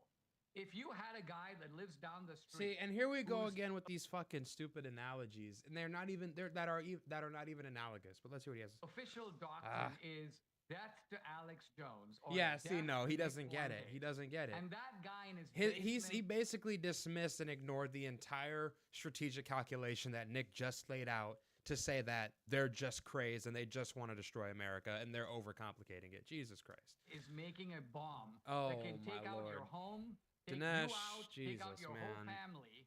You're not going to sit around and go, well, what's the computation going on in their mind? You're going to say, this is the problem, by the way. This is the problem with how foreign policy people, experts, foreign policy advisors in the government think. They think it's just these people can't be reasoned with, and that's that, and we're not going to negotiate with them. If that guy has the intention, which is to say the motive, and he has the ability to deliver this bomb in a catastrophic way, then guess what? If I've got some friend in the neighborhood, let's call it Israel, and they go, listen, we're happy to go do the job for you. We will go clobber that guy. But guess what? There's one part of the room we can't get to. If you will lend us a plane for one night, we will bomb that part of the house, and that'll be the end of that guy. No more debt to America. You'll be able to sleep safely at night, you and your family. Who wouldn't take that deal? Who would sit around going, well, we have a relationship based on mutual trust. They keep saying debt to America, but we don't really believe them because lots of other people say similar things. And so therefore, we're going to do an Obama type deal in which by and large, we kind of look the other way. We don't even have good ways to fully monitor what they're doing. Nick conceded they have the motive to do it, the interest in doing it, and they can do it. He conceded they have the motive and interest to doing it only if we don't give them confidence that we won't attack them. If we give them an incentive, if we give them confidence that we'll work with them, that will give them sanctions relief, that we can restrain Israel, that we won't attack them, then they don't have any reason, they won't have any incentive to acquire a nuclear weapon because that might invite aggression. It's a very simple thing to understand here. I don't understand why he's not understanding that. But pretty much whenever they want. And you're saying we should rest at ease when we have people like that with essentially dangerous weapons? Okay, Dinesh, I want to go to comments and callers now. I just want to ask you guys one more question. People can look at it from Israeli perspective, American perspective, Iranian perspective, but we've seen this whole chain, and we've seen Wesley Clark, 15, 20 years ago saying he was in the Pentagon meeting, 7 countries of regime change, and we saw all that. That's why Americans are against this. It's not because we support the mullahs. It's because, we see this larger issue, and that's my personal view. I don't like the mullahs, but at the same time, I don't want to be lied into a quagmire much worse than Vietnam. 93 million people, potentially hidden nuclear weapons. And Russia and China have said no more dominoes are going to fall. This is part of a proxy war in World War III that's really already begun between the West and China and Russia. We all know that. So both of you, just 1 minute on where the world is. Has World War III already begun? And do you guys agree with me that this is a proxy war or a hybrid war battleground between what's left of the West and the emerging new multipolar world? I would just sum it up in a single sentence or two, and that is basically, I trust Trump in the same way that I trusted Reagan. I think Trump himself, just like the rest of us, he's talking about Reagan was again. there for Iraq. He learned the lessons of Iraq. Still the same as 80s rest to of this us. guy. The difference is, this is a guy who knows how to operate on the global chessboard. He's already proven it in his first term. He didn't drag us into any wars. He has been a no-war president. And I think he's a no-war president now. I think he's trying to settle the issue in the Middle East the same way as he's trying to settle the issue in Ukraine. This is not the same between the two parties. Kamala Harris would never have ordered this strike on Iran. Why? Because she has too many jihadis in her own party. This is the party of Ilhan Omar. It's the party, and I'm afraid it's a party. This is why I suggested that Nick might be a Democrat, because a lot of the things that he said tonight are pretty much an echo of Ilhan Omar. Jesus. We can trust Iran. They don't have any evil intentions. They're a rational power. They don't have any ill will. Israel's the real problem. Well, I mean, that's Ilhan Omar. Okay, final comeback, Nick, and we got to take a few questions because everybody's got to go here soon. It's amazing live debate right now. Tuesday, July 1st interview. We're at 8:48 Central here. Appreciate both these guys being with us. Nick, final comeback to that. Yeah, I mean, the Democrat thing is just so crazy. I just don't even know how to respond to that. I mean, I guess the basis of the debate is I'm trying to talk about the present timeline. I'm talking about the details of Iran's program, cause and effect, the mindset of these countries, how they calibrate, how they calculate their strategies. And then we get these kind of like fables, from the cave paintings of Lascaux, the Barbary pirates, Ronald Reagan. And it's just like, what am I watching here? I feel like we're just in two different universes. Yeah, and literally. Look, I was sympathetic to a lot of those arguments at one time. I read your books, Dinesh, and I watched your speeches when I was in high school, and I was big into Fox News and all that stuff. But I just feel like it's yeah. To my dad's generation and to the boomers generation, what Dinesh is saying here is very compelling. But to my generation and to Nick, or well, me and Nick are in the same generation, Gen Z. But to my generation and probably the generations that follow, and probably the millennials, this old mindset, this way of thinking where there's a certain world order, America's the good guy, Israel's the good guy, Muslims are bad, Iran is the enemy, and that's the end of the story. It doesn't hold water anymore when you look at the things that we have done and the things that Israel has done to put us in this position. And it is way deeper than just Muslims are bad, Islam is bad, jihadis want to take over the world, Iran is the state sponsor of global terrorism, and it's just like it goes way beyond that. It's just it is in some ways, as Owen Schroyer put it, a generational disconnect on many levels. That's what we're witnessing here. Completely different reality, and I would say that the big picture, which we can all see, is that the Israelis once again are trying to drive us into another one of their wars, some dimension of U.S. involvement that is really not in our interest. I don't trust Trump at all. Clearly, he has no control over Netanyahu, cannot restrain Israel at all, and the tail is wagging the dog. He pulls his chair out for him. And Trump said repeatedly, and D'Souza trusts Trump with his life. And Israel said, no, we accept no deal. We don't care about the terms. If it's good, if it's bad, we're bombing Iran anyway. And the second the time ran out on Trump's deadline, they were scheduling a 6th round of talks for that Friday and then that Sunday. Yeah, and that's another issue. Israel is a monkey wrench in all this because Israel wants to aggress on Iran regardless of if there's a nuclear deal. I mean, from 2015 to 2018, he lobbied against the nuclear deal the whole time. And he said in 2015 and 2017 and 2018, they're 2 weeks away from a bomb. So, obviously that complicates the situation even further, and it gives Iran even less confidence in the United States and our ability to have peace with the country. Let loose. And they bombed Iran, and they started. And Dinesh won't acknowledge that, which is crazy. They couldn't win. They started getting pummeled, and they knew that would force the United States to intervene in a way that wasn't effective. And look, now we're in it. Now we're trapped. It's just once again, you can't just conveniently turn a blind eye to every provocative action that Israel engages in on other countries, and just I don't know how you can just overlook that. But like I said, this is the generation that Dinesh is from. That's just how they look at the world.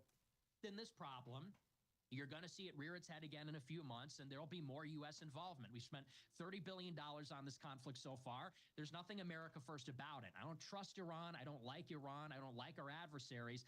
I just want America's interest to be put first, and I don't see our regime. Very briefly, this is, I swear to God, the last question. We're going to go these callers and a few quick questions. If Trump is trying to stop war, and we hope that's the case, and then Israel wants to go forward, then is there any way out of a larger conflict? You're saying it's going to continue on. Then why is Trump saying today at Alligator Alcatraz that he's got a deal Monday? Have either one of you heard what that is? Dinesh, how you got a lot of contacts with the Republican Party? Well, no, I mean, all that I know is what's in the public record, that Trump is trying to get Israel not simply to conclude the war in Iran, but also to declare a ceasefire in Gaza. Now, Israel said right after October 7th, we are not doing this until we get the hostages back and until we have defeated Hamas. So there is unanimity in Israel. By that I mean the Likud, the Labour Party, across the spectrum. The Israelis believe you attacked us. We have a job to do. But Trump is telling them, no, I'm going to stop you along the way. So right away, I think here you see who's calling the shots. It's not Netanyahu, it's Trump. In fact, the very idea that a small country like Israel, which is, like I say, 10 or 12 million people, we are 350 million, we're bigger, we're stronger, we're richer. If somehow the Jews control us, then truly they are the master race. All right. Nick, you got to respond to that. And then I hate saying last question, but I don't know what that was. Pulling back from all of this, I literally wanted to just have a pro-Israel question, a pro-U.S. question, pro-Iran, whatever. I literally cannot find on the X account at Real Alex Jones a even pro-war view, because I want to show both sides. And it's the same thing. All the callers that I could see are anti-Israel. So that's a larger question. The polls show it. The whole world's turning against Israel. The Democrats are turning against Israel, who I can't stand, by the way. And they love Islam, which is even crazier. I got to be mad at Israel, but also not support radical Islam takeover or Orthodox Islam takeover. So I think it's fair to say, maybe you both disagree with me, or maybe Dinesh D'Souza does. There is definitely a hyper accelerated anti-Israel movement. And does Israel realize that? Even Michael Savage was on my show Friday, and he said, look, I'm pro-Israel, but I want Netanyahu to go because he's turning the world against Israel. And now they expel the few Gazans that are left alive, and the image of them being marched off into the desert, to Libya or wherever. I mean, here's a simple question. Do you agree, Dinesh D'Souza and then Nick, that Israel is at its most unpopular point since it was formed in 1947? I would say, to me, it doesn't even matter. Why? Because I'm not Israel first. I mean, I'm America first. And so Israel's popularity or unpopularity is not at the forefront of my concern. Now, I will say that my experience is that in the Republican Party, and I'm talking about the mainstream of the Republican Party, Israel is very popular. Israel is not, in fact, it's not that the Republican Party is turned against Israel. And this is why No, actually you're right. Trump That's the only place that is popular. I know I said that. Well, I mean, it's popular by and large, I think, among the majority of practicing Christians in this country. Why? Maybe part of it is for biblical reasons. Maybe it's partly because we have a Judeo-Christian heritage. We have a Western civilization. The JC word, baby. Athens and Jerusalem. And Athens, of course, refers to classical reason. But what is Jerusalem if not the land and the promises of the Bible? So for a lot of Christians, that is important. So yes, I agree the Democrats don't like Israel. I agree that there are powerful forces around the world that don't like Israel. But look, one reason for this is because the Muslims outnumber the Jews like 100 to 1. What are there, like 2.5 billion Muslims and 13 or 14 or maybe 20 million Jews in the world? So is it any surprise that this larger force of Muslims has far more influence worldwide with the UN, with a lot of other countries, Asian countries, and so on? They just outnumber the Jews. And so that's one of the reasons why Israel is so, quote, unpopular. Nick, comment to that. Yeah, I mean, I would say Israel's unpopular because they killed 100,000 people in Gaza. Yeah, I was they going to say he destroyed had 90% of the no buildings, mention of Gaza and the entire 3-minute diatribe on why Israel is losing popularity. Percent of the roads, the hospitals. They kill people that are trying to get aid supplies. They kill innocent civilians. They rape prisoners. And then when the soldiers that rape the prisoners, this happened last year, get arrested, all the government ministers defend the soldiers and a riot forms outside the prison to defend them. I think that's why people hate Israel right now. And I would say, as far as Christians are concerned, why? Why do we like Israel? You have government ministers in Israel that say spitting on Christians is an ancient Jewish tradition, and it's fine. You have Zionist rabbis like the Kooks who say that Christians should be killed. They say atheism is preferable to Christianity because Christianity is idolatry. Maimonides, who your buddy Josh Hammer, who, by the way, called all Europeans inherently anti-Semitic in our DNA, he said that Maimonides is the Rambam. He's our Thomas Aquinas. Maimonides said to pray for the death of Christians every single day. I don't know why Christians love Israel. I don't know why people think that they're our friend. I regard Jews and Muslims as basically the same, insofar as neither of them are friends of Christians. Neither of them are friends of the West. I think they both have their own motives. They both have terrorist groups. They both oppose Christianity and see us as idolaters. That's the Muslim beef with Christians. That's the Jewish beef with Christians, our worship of the person of Jesus Christ. And so I think that, Israel's become very unpopular. Contrary to what, you and your family say, Dinesh, you say, well, anti-Semitism is because we hate God's promise to Israel. No, we don't like the fruits from the poisonous tree. We don't like what Israel has wrought in the Middle East and the world in the past couple of years, in the past 70 years. And it's just, it's not even a question they influence us. The AIPAC money, the Adelsons, Chabad Lubavitch, all over the White House, brought in by his son-in-law, Jared Kushner. In the first term, Jared Kushner was put in charge of negotiations of the border, over the Abraham Accords, over so many things. He's a donor to the Lubovichers, and they ran that White House. They were all over the Okay, place. this So, could go all night. I should Real let it fast, finish. Dinesh, I swear to God, we're going to stop and go to calls, but just real, 2-minute response. Just on this issue of influence, here's the thing. I think that it's Miriam Adelson gave $100 million to Trump. It wasn't for the just about 24 Miriam Adelson, campaign, a though. It's great way deal of more money. than that. However, Trump is worth somewhere between $4 and $8 billion. So what that means is that for Trump, this kind of money is trivial. It's kind of like saying I'm a multi-millionaire and someone's giving me $100, and then along comes Nick Fuentes. Oh, that guy owns you. We gave you $100, Dinesh. And people actually say this. My son-in-law is a congressman in Dallas. People say, well, AIPAC gave him $10,000. Well, Brandon Gill spent well over $1 million in his campaign. You think he's going to sort of change his position on Israel because someone gave him 10 grand? I mean, this is madness. So similarly, I think there's a lack of perspective here about AIPAC. You think AIPAC is more influential than the pharmaceutical companies? You think AIPAC is more influential than the French company Airbus, which has powerful lobbyist influences and getting contracts all over the world, by the way, not just in America? So there are lots of interests. A lot of our own tech companies are far more loyal to globalist interests than they are to the United States. They may be headquartered in Silicon Valley, but they don't care about America. They care less about America probably than Israel does.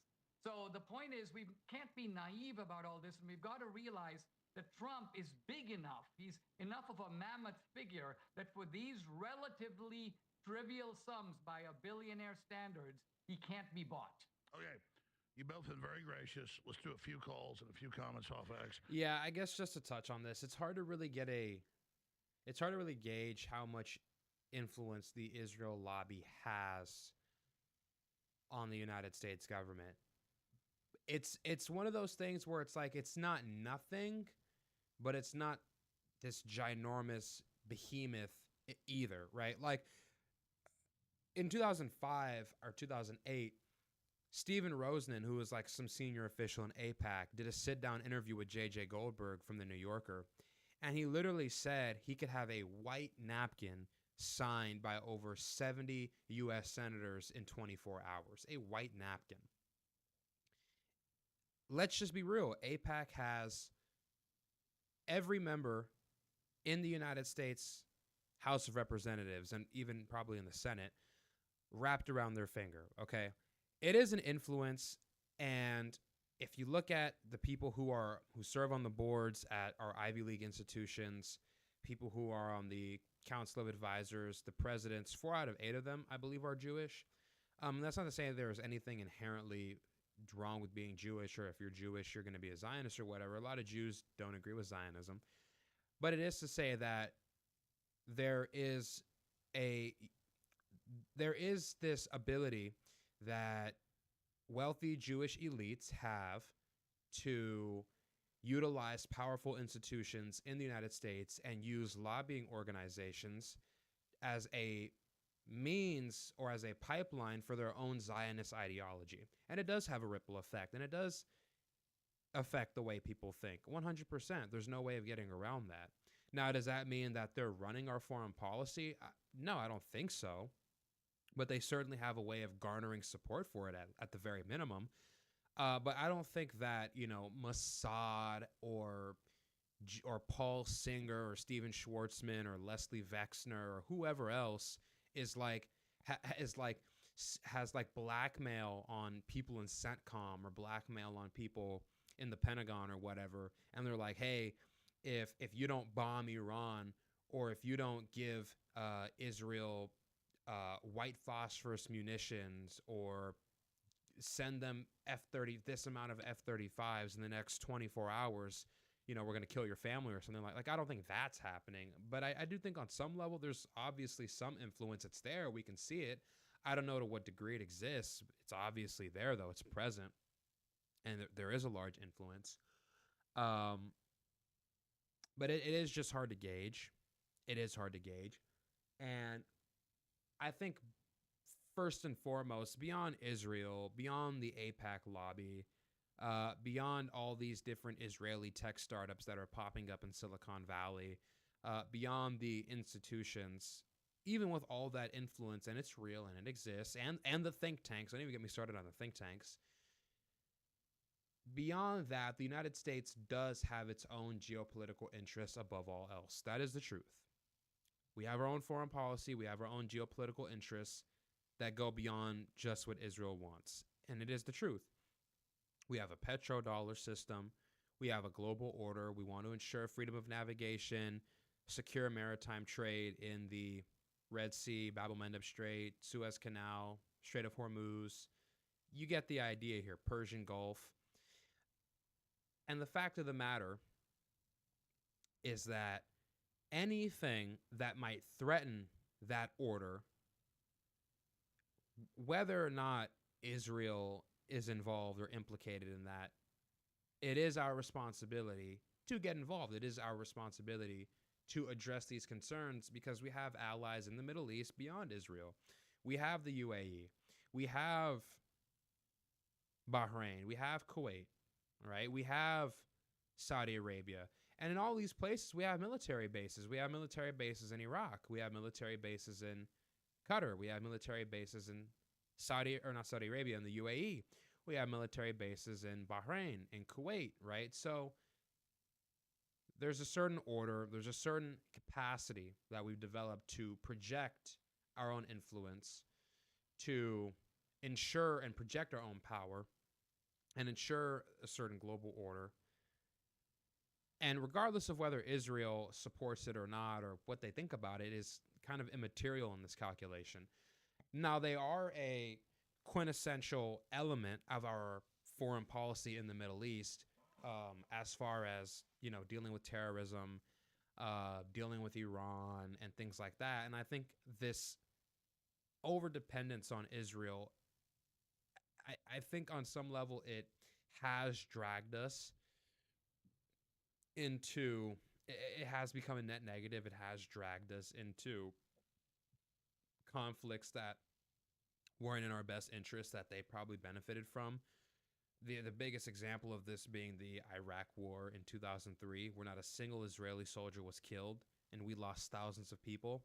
And we basically destabilized the entire Middle East. I mean, we made Iran stronger. We emboldened Iran to try and subvert Arab democracies like Saudi Arabia, like in Bahrain. And many of these other countries in the Middle East were destabilized because of what happened during the Iraq War. Iraq, obviously, now is more split apart. There's less central power there. They've fallen more into Iran's orbit. The proxy groups that are Shias have become significantly stronger. Saudi Arabia lost one of its biggest, Sunni, co-partners in Saddam Hussein. That country was destabilized on some level. You have the fact that there was a land bridge that emerged after the Iraq War in 2003, where it was easier for Iran to smuggle weapons into Lebanon, over Iraq, over Syria, and then into Lebanon. Lebanon was more destabilized. Hezbollah got stronger. And as a byproduct, Israel, in some ways, in some roundabout ways, suffered because of that. But they stood to benefit from this because one of their biggest adversaries, Saddam Hussein, in the Middle East was toppled. And a new government came into power, and that government was a lot more friendly to the West. And so you see, our geopolitical strategy got worse, right? Our interests weren't really fulfilled there. Iran got stronger. And on some levels, Israel benefited from this. And it wasn't in our interest to do this. There wasn't any WMDs there. Obviously, we know this. Saddam didn't have any ties to Al-Qaeda. We know this. And there was a huge power vacuum that emerged with ISIS coming to power. And we didn't benefit from any of that. And if anything, it dragged us into more wars and more conflicts and more taxpayer dollars because, ISIS was able to build a caliphate in Iraq and build, occupy certain areas in Syria that we then had to go and take back. So it dragged us into these bigger conflicts, these bigger quagmires, more humanitarian crises, more destabilization, leads to mass migration into Europe, and all of this is not to our benefit for obvious reasons. So I do think that this kind of getting a little bit too close to Israel, I'm skeptical of that. But that's all I have to say about that. You know. But I'm telling you, it's all anti-Israel. Should we allow AIPAC to continue to intervene in American politics? Here, overhead shot. And then we have, a few weeks ago with Tucker Carlson, we have Senator Cruz saying, oh, no, they don't have any authority. That's what makes people freak out. Just admit it's a powerful lobby. Don't sit there and say, no, they don't really lobby. Dinesh, you want to respond to that? Wait, can I take that? Sure, go ahead. Go ahead, Oh, Nick. yeah, sure. Go ahead. So, yeah, I think that, of course, AIPAC should be registered under FARA. And no, they should not be able to influence our politics. The way that AIPAC came about is they sprung from the American Zionist Committee, which was a foreign entity. It was foreign money pouring into the United States. JFK said you got to register under FARA because it's foreign money lobbying for a foreign country. And all they did was basically a trick to reorganize how that money is spent. They changed how the money is spent and said, well, we'll take AIPAC and we'll make that a U.S.-based chapter, and then they can spend the money in the United States. So it is a foreign lobby. And this is basically whataboutism, to say, well, what about this lobby? What about that lobby? What about, they're not the only one. They are a foreign lobby. And even though they give small sums to some congressmen, they spend big sums to primary congressmen that oppose them. They did this to a number of progressive Democrats last year. They spent millions behind primary candidates against Democrats that didn't vote for foreign aid to Israel. So their influence is felt everywhere. And it's always this little obfuscation game that's played with them. If you're America first, you can't be in favor of foreign lobbying. All right, let's move to the next. I agree. Well, let's push it some more, because the one name that you gave us was Miriam Adelson. Now, Miriam Adelson is married to Sheldon Adelson, and Sheldon Adelson made about $20 billion because he's a casino mogul in Las Vegas. He owns the Venetian Hotel, for example. So here's a guy who's an American citizen.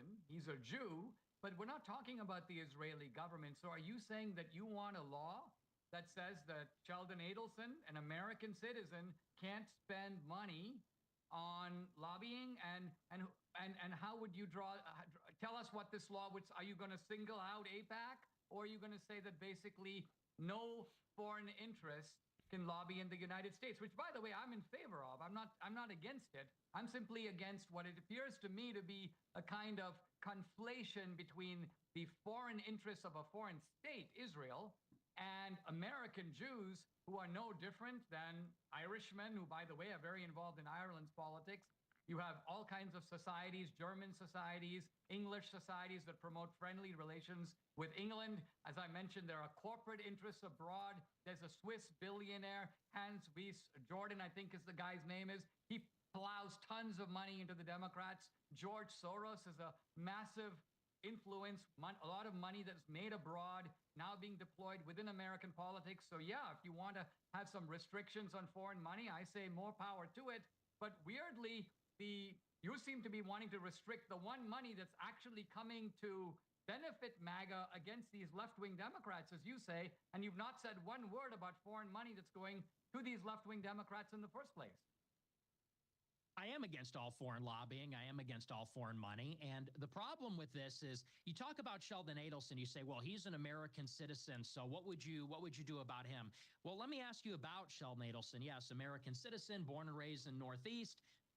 Sheldon Adelson, when he died, his body was flown to Israel, where he was buried, and the body was greeted on the tarmac by Benjamin Netanyahu. Sheldon Adelson said he wished he served in the IDF and not the U.S. military. He said, my heart is in Israel. He lobbied the Trump administration to pardon Jonathan Pollard, who was an Israeli spy, stealing our secrets and giving them to Israel. This was something he lobbied for 10 years. Like, this guy clearly was a foreign agent. Do you see any sort of problem with that? I mean, don't you think that his citizenship is sort of a technicality, or do you take any issue at all with his clear foreign allegiance to the state of Israel? Look, all I'm saying is that there are numerous examples of Americans, homegrown, who have, for some reason or another, fallen in love with some foreign country. I mean, I'll give some He's examples. just not going to answer the question. To answer that question for him, the obvious answer to that question is yes, there is an issue with that. There's a massive issue with that.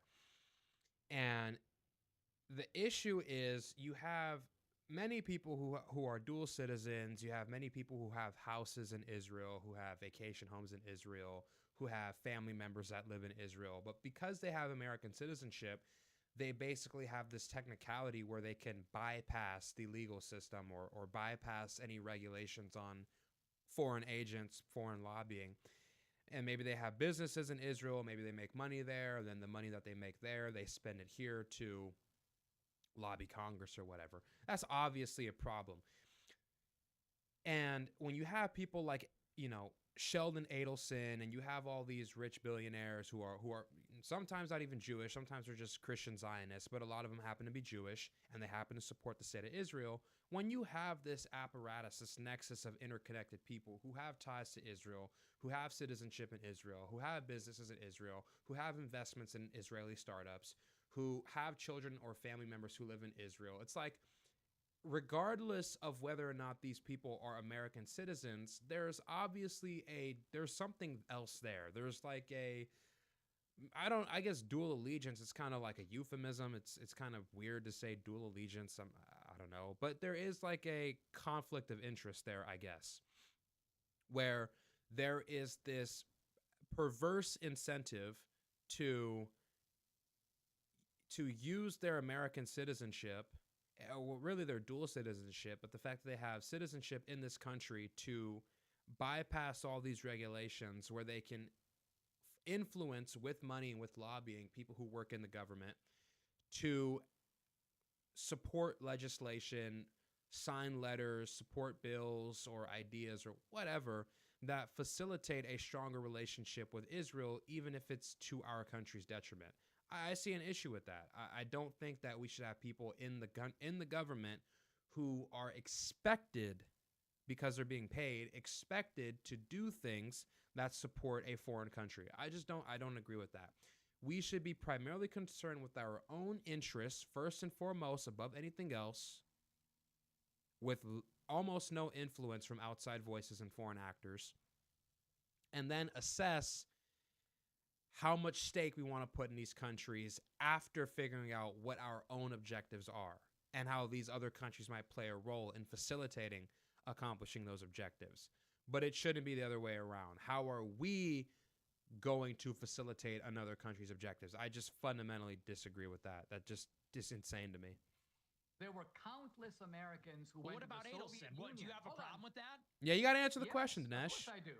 Of course Okay, I do. good. I'm just saying that there's nothing Good. uniquely He has an issue Israeli with them. That's about good. it. Think of all the Sandinistas. Think of all the Americans who went down there. Think of the They don't number have of nearly Americans as who went much and fought in the influence. Not even Spanish close. Civil War. They were obviously putting other countries first. There were many Americans. Look at the Rosenbergs. They spied against the United States for the Soviet Union. Klaus Fuchs. So what I'm getting at is there's an American tradition of Americans who, for whatever reason, sometimes ethnicity, sometimes ideology, they start putting another country first. Are you asking me if that's wrong? Yes, it is. And I think when they break the law, they should be punished, as the Rosenbergs, of course, were put to death. Klaus Fuchs was arrested. So we have laws and we should enforce them. A lot of times, a lot of this bad stuff goes on because people in this country, our own people, allow it to happen. How did we get 10 million illegals? Because the Biden-Harris people went back to to the border Democrats. basically and said, wink, wink, wink, come on over. So Well, do they I didn't say like wink, the wink, wink. illegals? No. Biden said when but I we win. did let him in. When Biden said I win, immediately he surged the border. So I think that's not open for debate. You guys are gracious. Let's hit a few phone calls and we'll end this debate. This is amazing. Thank you to Dinesh D'Souza. Thank you, Nick Fuentes. We've got loaded phone lines, hundreds of questions. Let's just get to a few of these real fast. So when I go to these callers, Are they at ask your callers question now? Or make your statement. We're going to go to the next person. Ronan. Okay, yeah, that's that. Well, that's that. That was the debate between Dinesh D'Souza and Nick Fuentes. I guess a couple takeaways from this. First off, it wasn't even really a debate. It certainly didn't feel like a debate. It felt like more of a discussion. It felt like more of a back and forth, an exchange of ideas. A debate to me is more, you have two people with mutually exclusive, fundamentally different opinions and worldviews about something, and they argue back and forth, and they go through they heavily scrutinize the other person's position. They critique it. They pull at each thread in their narrative and their analysis, and they deconstruct it and basically convey why it's wrong and why their own position is correct. That's not really what happened here. It was one side gives a statement, the other side gives a statement, the other side responds to a couple things, the other side responds to a couple things, and each side kind of goes on for 3 or 4 minutes, which basically allows both people an opportunity to push a narrative without really challenging the other person's narrative. So this felt more like a discussion, a back and forth. But overall, if we have to pick a winner here, I'd say Nick won. And I'd say Nick won simply because the information that he presented it was more based in reality. It was more based in fact. It was more based in analysis. Whereas much of the things that Dinesh brought up was the Soviet Union, Reagan, Jimmy Carter is dumb, the Democrats are bad, Obama, Islam is bad. Just very reductive. It wasn't heavy on technicalities and details in the same way that the things that Nick was saying was. It was very simplistic. Now, I don't think there was any like Nick blew him out of the water or crushed him. I don't think that happened either. I think Nick just presented a more compelling argument, more compelling evidence here. But overall, I think it was a very great debate. I think it was very constructive. I think it was very entertaining. I enjoyed listening to it. I wish it would have been more of a back and forth. I wish it would have been more of like people, pounding heads a little bit more. That's what I like to see in debates, at least. But overall, I think it was good. I liked it, and I hope to see more from Nick in the future. Hopefully, Alex Jones posts more debates. I'll definitely be doing more reactions to these debates in the future if they post them. But that's that. And with that being said, I'm going to go ahead and end the video here. I hope you guys enjoyed this. And if you did, like, subscribe, comment, share. And I'll be back with more content in the future. Until then, you guys take care. Peace.